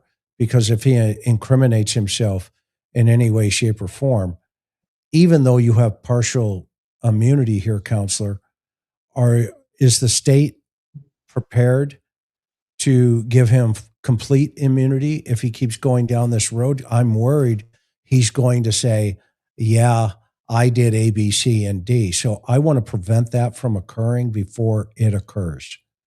Well, and the other thing, Chris, is if the defense, and you made an excellent point, Mr. Robinson is producing reams of information. And all the defense needs to do is pick out one falsehood. And at that point, his entire testimony can be called in, and that there will be a claim of perjury. I mean, and if there's an objective piece of evidence to demonstrate that Mr. Twiggs provided false information, well, just stand by to stand by. It's not going to be pretty for Mr. Twiggs. Yeah, and that, yes, exactly, and that's my point as well. That if they dance, they're dancing here, and instead of just letting him say what he needed to say and get it out, get it over with, in this environment, i.e., two people sitting in two different law offices in Utah and two different probably counties, okay, get it over with, man. Pull the Band-Aid now, because what they're doing, as John and I are talking about this, what we're saying is they're setting him up to fall potentially and have his whole testimony tossed, and or him not even getting on the stand, because they'll be so worried about him incriminating himself that he could be charged in this case as either an accessory or a principal, depending on how far he goes. I mean, if Lance Twigg gets into the courtroom thinking he's got full immunity and then all of a sudden drops a bomb, hypothetically, and says, well, actually, I watched him engrave the bullets. And we planned together. Yeah. And I asked him, is this for Charlie Kirk? We got a chance to take him out. Now you're into principal territory, i.e., directly involved in the crime, and you're going down with the ship on this one. You may not have pulled the trigger, but you helped hold the gun, basically. Yep. Yeah, you might as well have driven him there and dropped him off, and say, "I'll wait here." And so that's why I think we're watching this interview going, okay, well, this is not good in River City, because he's so vague and he keeps dancing around instead of just saying, yeah, that's Tyler. That's the guy I've had a relationship with. That's my lover. Yep, that's him. That looks like him. No doubt about it. That's him. Instead, he's dancing. Well, the shoes look right. He usually wears a hat. Tyler does wear sunglasses, and then he gets down to the bottom and goes, yeah, that definitely looks like Tyler Robinson. Well, that's the dance. And you never want you don't want witnesses on the stand that dance in pre-interviews long before the trial, because the defense is going to take that dance and they're going to add music. And then you're going to have, American Idol. And you talked about dancing. Exactly. With your friends, right? This is like him. Yeah, his friends. Yeah, I don't know if I don't remember if I talked about it with any of my friends. And then since I didn't have my phone after that for a while, and I still am not using social media, I don't know on my friends' end. Okay. Well, that was vague. All right, I want to back up a little bit now. We've talked about September 10th, but let me get a little bit of context here. So, did you game with Tyler? Yeah. What kind of games? We played some just kind of party games together, like anything that would be multiplayer with a group of friends. There was one game he really liked called Sea of Thieves, where you play as like a pirate, and you can fight against people, but most of it's just like fishing, fighting sharks, skeletons kind of stuff. We played some co-op games where it's like you both have to work together to win in whatever way. Way back when I was just out of high school, when I first knew him online, we played some like shooting games together, but I didn't know him very well, so that was just when we had like a full friend group on to play, and he was someone that my friends invited. Okay. Did you and he ever talk about politics? He did more than me. I still don't really keep up with politics very much.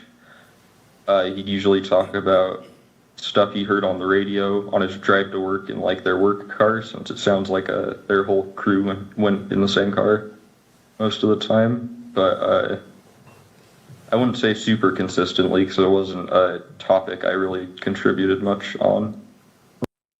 Now, listen carefully to that language. He's telling us that he remembers Tyler discussing certain things that's different from telling us what Tyler privately believed. In fact, he kind of pushes himself away from that, because what Lance hears is very important here, but it doesn't tell us what Tyler was thinking, and he kind of distanced himself right away from any political discussions right away, which, quite frankly, is actually the motive in this circumstance. So there's no way he wants to talk about the motive in this circumstance. And even further, he distanced himself from that. So, yeah, I think he's downplaying this thing because he actually, I'd call him out on it. John, what about you? I'm in agreement, Chris. He is minimizing, like we used to play shooter games, but not anymore. And some pirate game where that is just excessive information. He's vamping.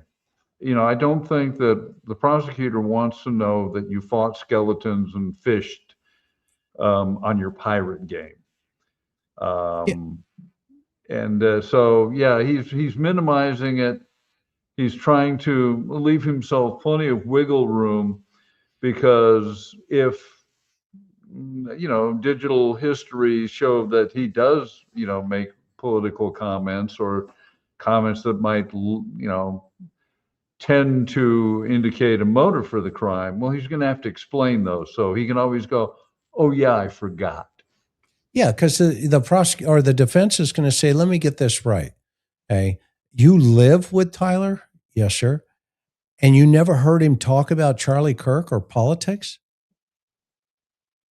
That's how that's going to play out.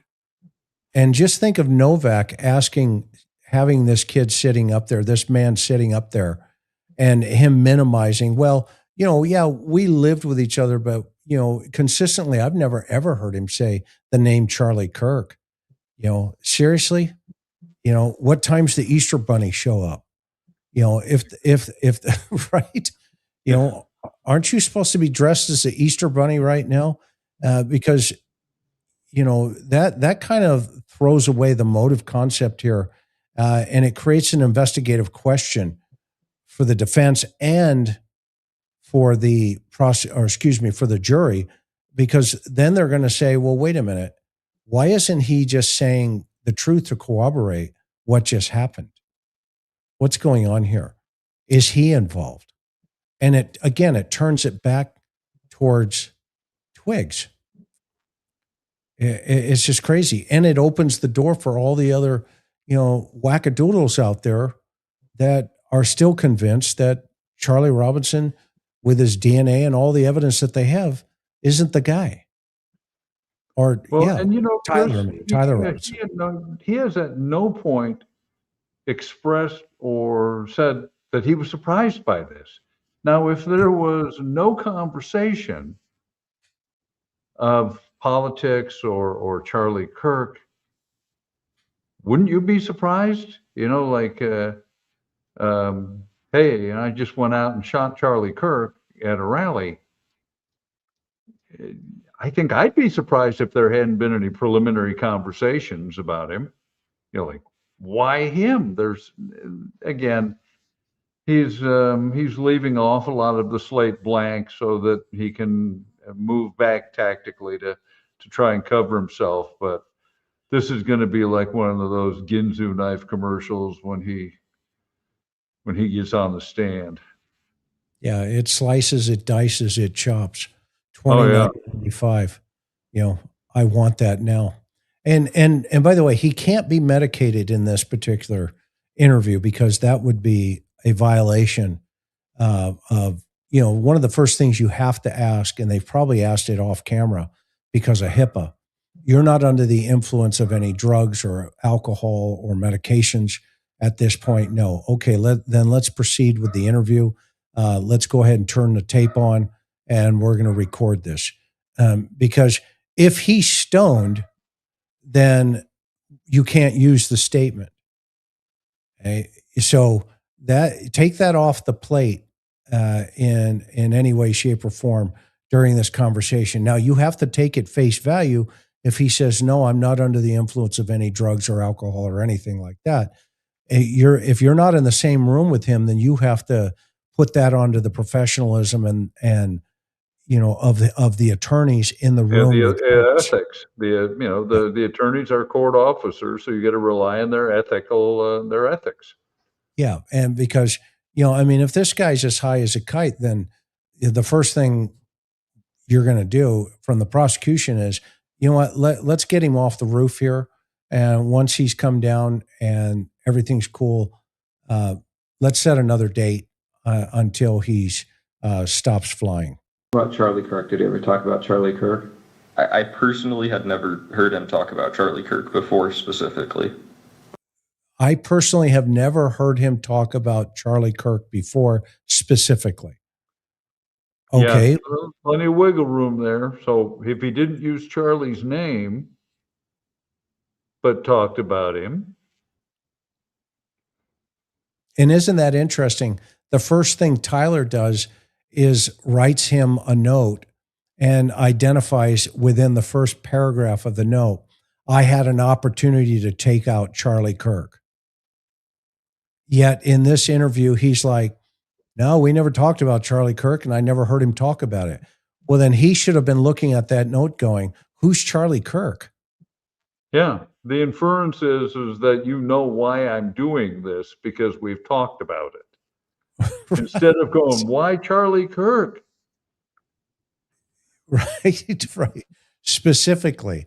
Okay. Well, how about non-specific? Be non-specific then. Have you ever heard the name because he wrote it in the note you read and you took a picture of it? Okay. Instead, he gets the DA to go, okay. How about political issues? So did you ever talk about gender identity issues and LGBTQ rights? No, not really.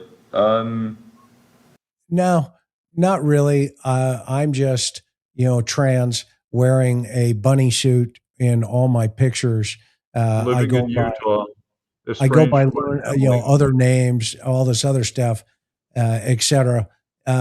Now we never ever have talked about that. Oh, and by the way, I took Tyler's virginity. Usually, if he did talk about politics stuff, it was. Notice he avoided that and went back to politics. Relating to Trump or current policies being issued or voted on, I think. But yeah. Well, what kind of issues? What issue? Look at, they cut it all out.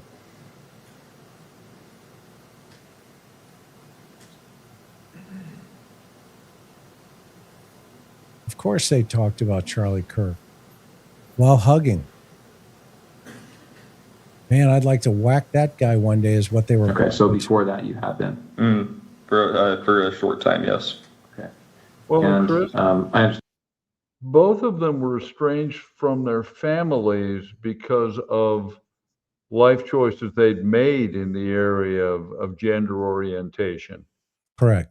So if they're both coming from a similar place with their families, and they apparently have a loving relationship, why wouldn't they talk about this, having to deal with this with their families?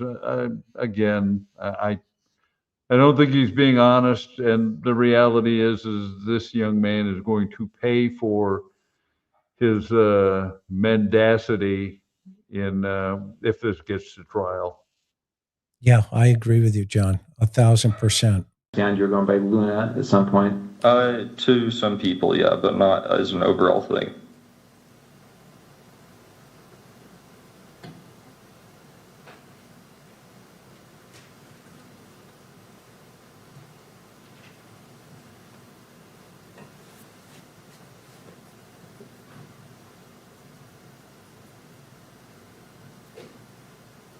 You know what? It's going to be sad if they bring in all the flags. There are 12 flags in that community, and say, which one of these flags is yours? You know, which flag do you identify with out of these 12 flags? And you know what? It's gonna open up a whole bunch of, you know, cockle-doodle. I don't think the community, I don't think the trans community is prepared for what's coming in this kind of high-profile homicide. I mean, you and I have stood over transgender victims.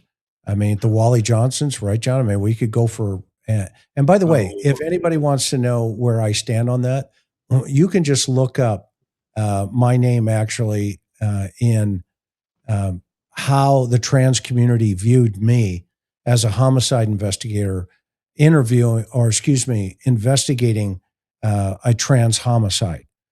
In fact, I got a 5-star rating from the trans community. So I'm not being mean. In fact, I'm trying to help this concept of the more you dodge it, the worse it becomes. You have to go head on and go right into it. You got to approach it matter of factly, Chris. And I've worked a number of both trans and homosexual murder cases, and you know, it's just the human race, and trying to disguise it or camouflage it. This is not going to go well later on. Yeah, great point. Sure. Okay. I think that's all the questions I have for this portion. Let me check and see if I've missed anything. Now, what was interesting, I think the DA knows that will be the incinerary part of the trial. And I think that's where all the dancing's coming from, because you notice he's going to ending this conversation on that question about, you know, identity, gender issues, and political motivation. I find that really fascinating in this part of the presentation in the courtroom. Mm-hmm. Because he doesn't want to touch that third rail yet. And I think that a lot of that is what's driving the court as well. Instead of saying, look, this is what happened, where do you fit into this concept? Where are you? Well, you know, I'm doing A, B, C, and D. I'm taking chemicals. I'm trying to do, you know, whatever the reality is for that individual, whatever their reality is. Okay? That's going to be the evidence. If let's say this thing takes like a year to get to trial, if it goes to trial, let's say he walks in a different identity, and the jury is watching this video. That does not play well. I've got another point here, Chris, and this should have been an issue because it would strike at the heart of Mr. Twiggs' ability to recall the events. Because I would want to know if he was undergoing transitioning at the time. I would want to know what chemicals he was ingesting. I would want to know if there were other medications that might have affected his ability to remember. Because all of this is going to play a role when he is cross-examined by the defense, because we don't know whether the hormonal treatment would have an effect on his ability to, his cognitive ability. If there were other medications that were of an anti-anxiety nature or something that would affect his memory. These are questions that should have been asked. Yeah, and somebody asked about the flags. Well, here they are.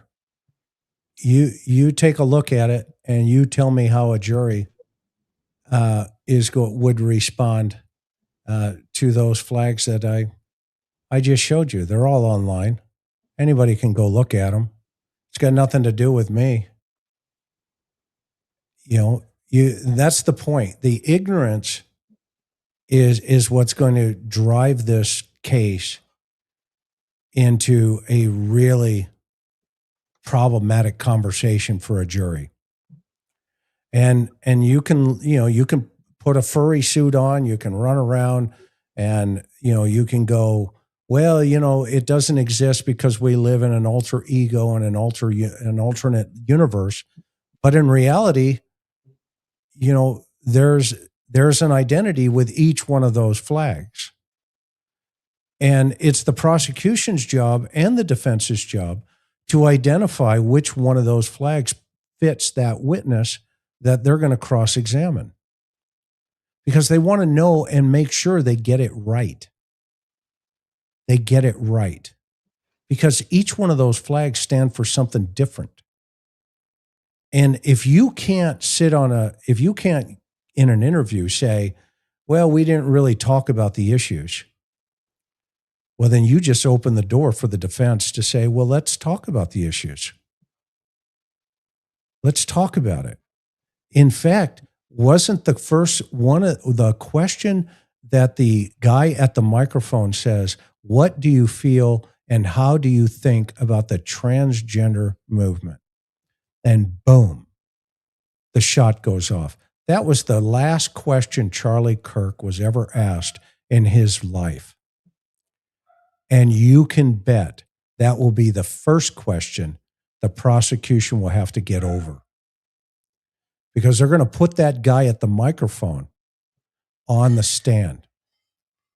And they're going to say, why did you ask that question to Charlie Kirk? And guess what? Now it becomes the conversation. It becomes the conversation in the courtroom.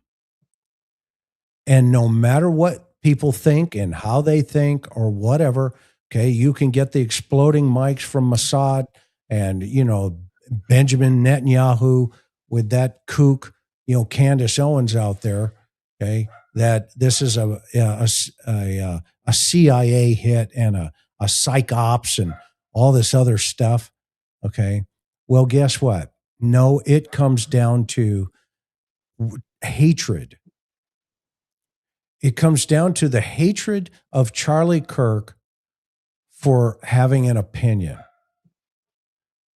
And that hatred is then correlated into politics and the issues within those politics, within that political stance, and religion for him. That's what it comes down to. And that will be an argument that the defense will have to overcome. Because there is going to, unfortunately, these two worlds are going to collide again in a court of law. You have one person asking the question, and you're going to have the state saying, well, wait a minute, why was he shot for a question? Why did Tyler Robinson say, I had an opportunity to take Charlie Kirk out, so I took it? My love, I did it for you. Well, they missed something. The prosecution should have gone into a greater in-depth examination of both the nature of the relationship between Mr. Twiggs and Mr. Robinson. Not merely the nature, but the depth of emotion. We would get the impression from and we don't know what was said during the redacted portions, but you almost would get the impression, if you didn't know more, that if it was like they were a pair of buddies. Yeah, we were, we were roommates, when in fact we know the relationship was different, and the nature of the relationship could play an enormous role. It certainly will when the defense approaches the case. Yeah. And again, Chris, you said it. They could have gotten in front. They had the chance to get in front of it. We've been in court any number of times where we know that there's some negative information. Don't conceal it. You get it right out, and what's more, you rip the Band-Aid off. You make no effort to soft pedal it. You present the worst case scenario, and it sends the message, we're not concealing anything. And that, unfortunately, appears in my thinking, is the unintentional message emerging from this testimony. Yeah, I mean, just think if he, let's say Lance goes through full transition here, hypothetically, because apparently everybody says that he is, including him, right?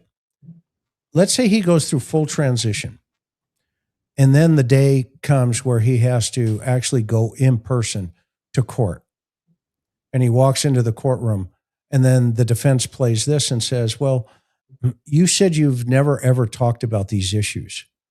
Is that correct? Well, yeah, we never talked about it. Okay. Well, when did you go through A, B, C, and D and all this other, you're here now as somebody else, right? Luna. Well, yeah. Okay, great. No problem. Okay. But did you lie then, or are you lying now? Which one was it? To John's point, they had the opportunity right then and there to put a nail in it, end it, move on. We used to testify whenever we had these kind of shootings and killings like this, they would ask us, right? They would ask us, well, was the prostitute trans? You go, yes. Yeah. Was she working the streets? Yeah. Yeah. Was she picking up Johns? Correct. And was she murdered for her lifestyle? Or was the victim selling drugs? Yes. Yeah. Was she murdered for her lifestyle? Yeah. And you investigated that? Correct.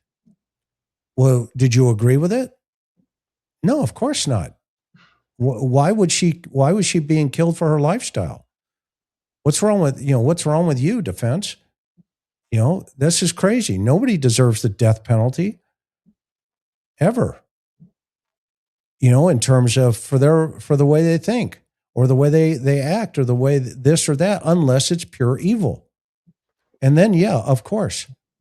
Okay. And so you don't dodge the issue. You stay on the issue and you expose the issue quickly. You don't sit back in a chat and go, well, I'm offended. I'm a little nervous. You bother me because you're talking about that. Well, you haven't seen anything yet until this trial starts. It's got nothing to do with me, or John or anybody else, at all. Trust me. I'm just one of these guys in the middle that says, let's try to prevent some of this stuff from occurring so that, everybody can stand over here. You stand over here. You stand over here. You can yell and argue all day long, but don't you get a weapon and don't you get a weapon and start shooting at each other. Okay. That's when it becomes problematic. And then this is a perfect example of it becoming problematic. So my personal feelings don't count in these things. They don't count. I hope they shouldn't count in yours either at all. Hopefully you'll be able to, take a Valium or something and sit back and relax. Just chill. Seriously, just chill. But we have to have these conversations in our society. If we fail to have these conversations in our society, these things won't stop. Am I right or wrong, John, in your opinion? You're absolutely correct, and I'll take it one step further. The cheapening of life by people commenting after a murder and saying Charlie Kirk had it coming, or any number of just vile observations that, like, I'm not going to suggest that they cannot say these things under the protection of the First Amendment. However, every time you make a comment that minimizes the taking of a human life, you're coarsening the human race as a whole. And I've heard things from people that I would never have heard. I thought cops I worked with were cold, but man, they can't hold a candle to some of the vicious and ugly things being said on both sides about people who've died. I mean, and I used to wonder with disappearing with social media that it was the relative anonymity that protected them, but we're seeing that people are very comfortable saying this face to face to other people. And this is a coarsening of the human spirit that I'm shocked by. It's deplorable. Yeah, it is a sad commentary for us to even have this conversation. We've gone so far off the rails where it's just gone nuts, and because whenever you take away words from a society, they turn to bullets. Mm-hmm. Every society that has had words taken away in terms of the ability to express yourself, free speech, or it's not even free speech, just the ability to express yourself and to agree to disagree. And not hate somebody because they've got a differing opinion. Right. Yeah. I mean, you guys have seen, we're seeing a transition in our lives in societies where it's causing so much hate and division that it sets up these kids like Tyler Robinson, who says, you know what? I had a chance to take out Charlie Kirk. I mean, let's be honest. What is he guilty of? Going around colleges around the United States and having challenging debates about positions, and then leaving that college and going to the next one about challenging debates and having a different opinion. John, you're a Civil War buff and expert on the Civil War. Really, what was the driving factor to the Civil War? Well, basically, both sides wanted to stop talking. I'm not going to get into all the dynamics of slavery and differing economic systems, but what it boiled down to is after the election of 1860, a bunch of people in the United States decided we're done talking. Now it's time for action. I'm going to tell you something else, Chris. Mr. Twiggs minimized the shooter games they played. My personal belief is that we have conditioned an entire generation of children and now young adults who basically became familiarized, and pretending to shoot other human beings was not merely considered normal. It was basically a form of entertainment. And I'm not making a blanket statement that video games cause violence. I'm not. But I have a concern that if you begin at an early age playing games that involve pointing guns at people, and as time has gone by, the games have become increasingly more realistic with blood and that you're imprinting certain messages on your brain over and over again. And so I have to feel that somewhere, someplace where we're seeing people who have been seriously into the game world, and shooting games play a huge role in that the idea of taking a human life becomes less realistic and more an element of a video game. Yeah, and you're right. This was part of the pushback. There's no question about slavery being right or wrong. I mean, it's wrong. Period. Yeah, you'll get no argument from me. I reenacted a Union soldier for years. The point I'm trying to refer to is the mechanism that people no longer wanted to talk. They were ready to start shooting each other.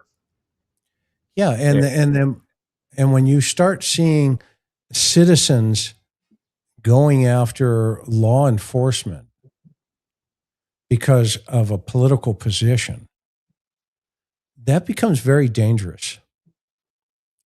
And because you forget that on the other side of that coin is the potential for deadly force. And you can't get in your car and drive around and take video and then try to cut cops off or whoever, federal agents or whatever. You can't do that in a civilized society. You cannot do that, because that officer, under the rules of engagement, gets to protect their own life, and they need to do that. I mean, I'm sitting next to a guy here that had a horrific situation where he had to engage somebody who tried to kill him. And I know he doesn't, and forgive me, John, for even discussing it here, and I apologize. It's okay. It's a matter of fact, and if, some night if people want to ask questions about that, I can answer them, because I am not ashamed of what I did. But people who have experienced violence via secondhand, either through watching violent films or video games, whatever, they have a disconnection with the genuine article. And so I won't talk, we'll get back on there, but basically I was involved in an officer-involved shooting in 1995. So been there and have experienced it. And so, we're touching on a bunch of issues here that I think, Chris, many of them are going to come right back to this case. Yeah, I think this is a transition point. And when if this goes to trial, all eyes, all ears, everything is going to be on this case, because it's not only has the dynamics of somebody taking another life, it has this undercurrent of society here in the United States, and the jury's going to ask themselves, how did we get here? How did this young man, this Tyler Robinson, how did this Lance Twiggs come from the same type of environment, families? They're both, Mormon. How did they both come from these dynamics in their family dynamics to this guy goes this way, this kid goes this way. And one of the two goes and takes the life of probably one of the most profound in perception in hundreds of thousands of people saw Charlie Kirk as a voice for them. But the question's going to be, how did they get there? And guess what's going to be on full display? That everybody's dancing around the idea, okay? You won't find that here at the interview room. No. Right. You got to face the music, because that's the music that's playing. If you think that Lance is a concert pianist, well, guess what? He's about ready to go to the largest concert hall in the world and sit on that stand if he makes it that far, meaning if it goes to trial. And he's about ready to, become Beethoven. And guess what? Everybody's going to be looking at him going, you represent us. You're one of us. So you better play. That's going to be half of the segment. The other half is going to be when Erica Kirk takes a stand, and they're going to go, that's his wife. He's got kids. You represent us. And guess what? Guess what's going to be under the microscope at that point and under the magnifying glass? Our society. Nobody ever asked why the people, when Dachau was liberated and they went into the town and they grabbed the populace, the German populace, and said, you're coming with us. And they put them in trucks. The German populace, and history is very important to learn from. And they drove them to the gates of Dachau, where there were thousands of concentration camp prisoners being liberated by the United States Army in World War II. And they said, your job is to take all of these people, those who are no longer on the earth, and you're going to load them into trucks and you're going to bury them. The question always is in those individuals' minds after that event was, why didn't I see this coming? And why did I walk past that building every single day with the smoke coming out of it? We can never, ever let the human spirit get to the place where we see the smoke and we don't speak up. We should never, ever get to that place in the human condition. Because once the smoke rises, it doesn't come down. And I'm here to tell you, John and I have seen enough people do unbelievably evil things that we do not ever want to see history repeat itself again. And so if you can't stand for anything other than one thing, or if you do stand for anything, stand for one thing. Stand for the ability to say, I don't agree with that person, but it's okay that they said that. It's not violence to say, okay? It's not violence. It becomes violent when you take a swing at somebody, or when you shoot at somebody, or when you physically go hands-on. That's violence. But if I look at you and say, I don't like you, that's not violence. That's an opinion. And guess what? It may not be your opinion, but it's theirs.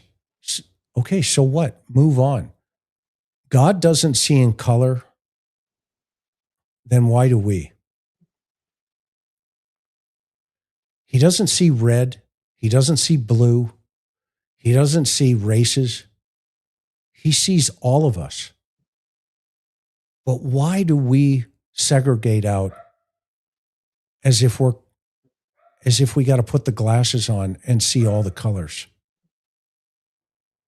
God is colorblind. And it doesn't matter who you worship. The universe is colorblind. Maybe we should be, and learn something from the universe before it's too late and history repeats itself.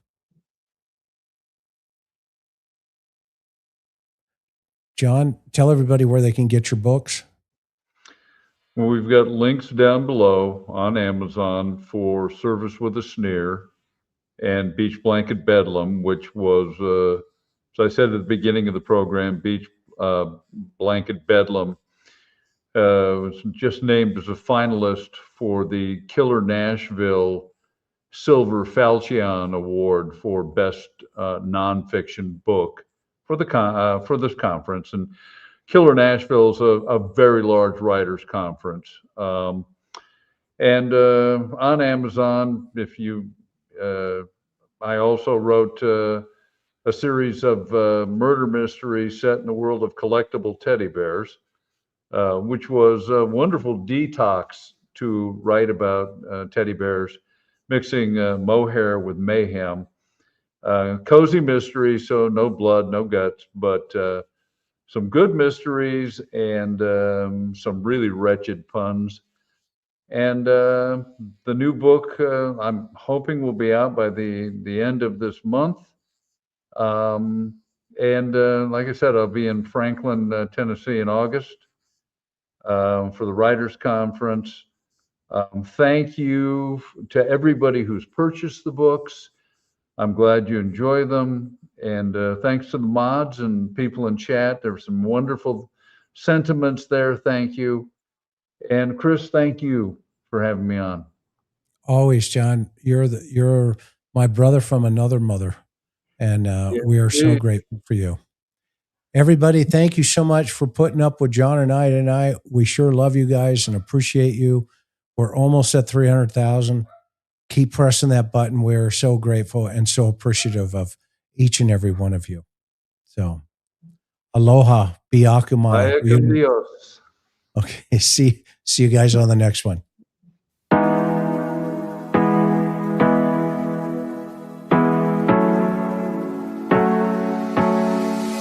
Hard working every day, I'm stressed out 24/7, babe. No timeouts, wish we could fly away. You and I go to our favorite place. Oh yeah, make special memories together. I'll be your company now and forever. I say we fly away. You and me go to our favorite place. Feeling the sun on my face in Hawaii. With you, Hawaii. With you, Hawaii. With you, Hawaii. I need a summer breeze, some fresh air to put my mind at ease. No cares.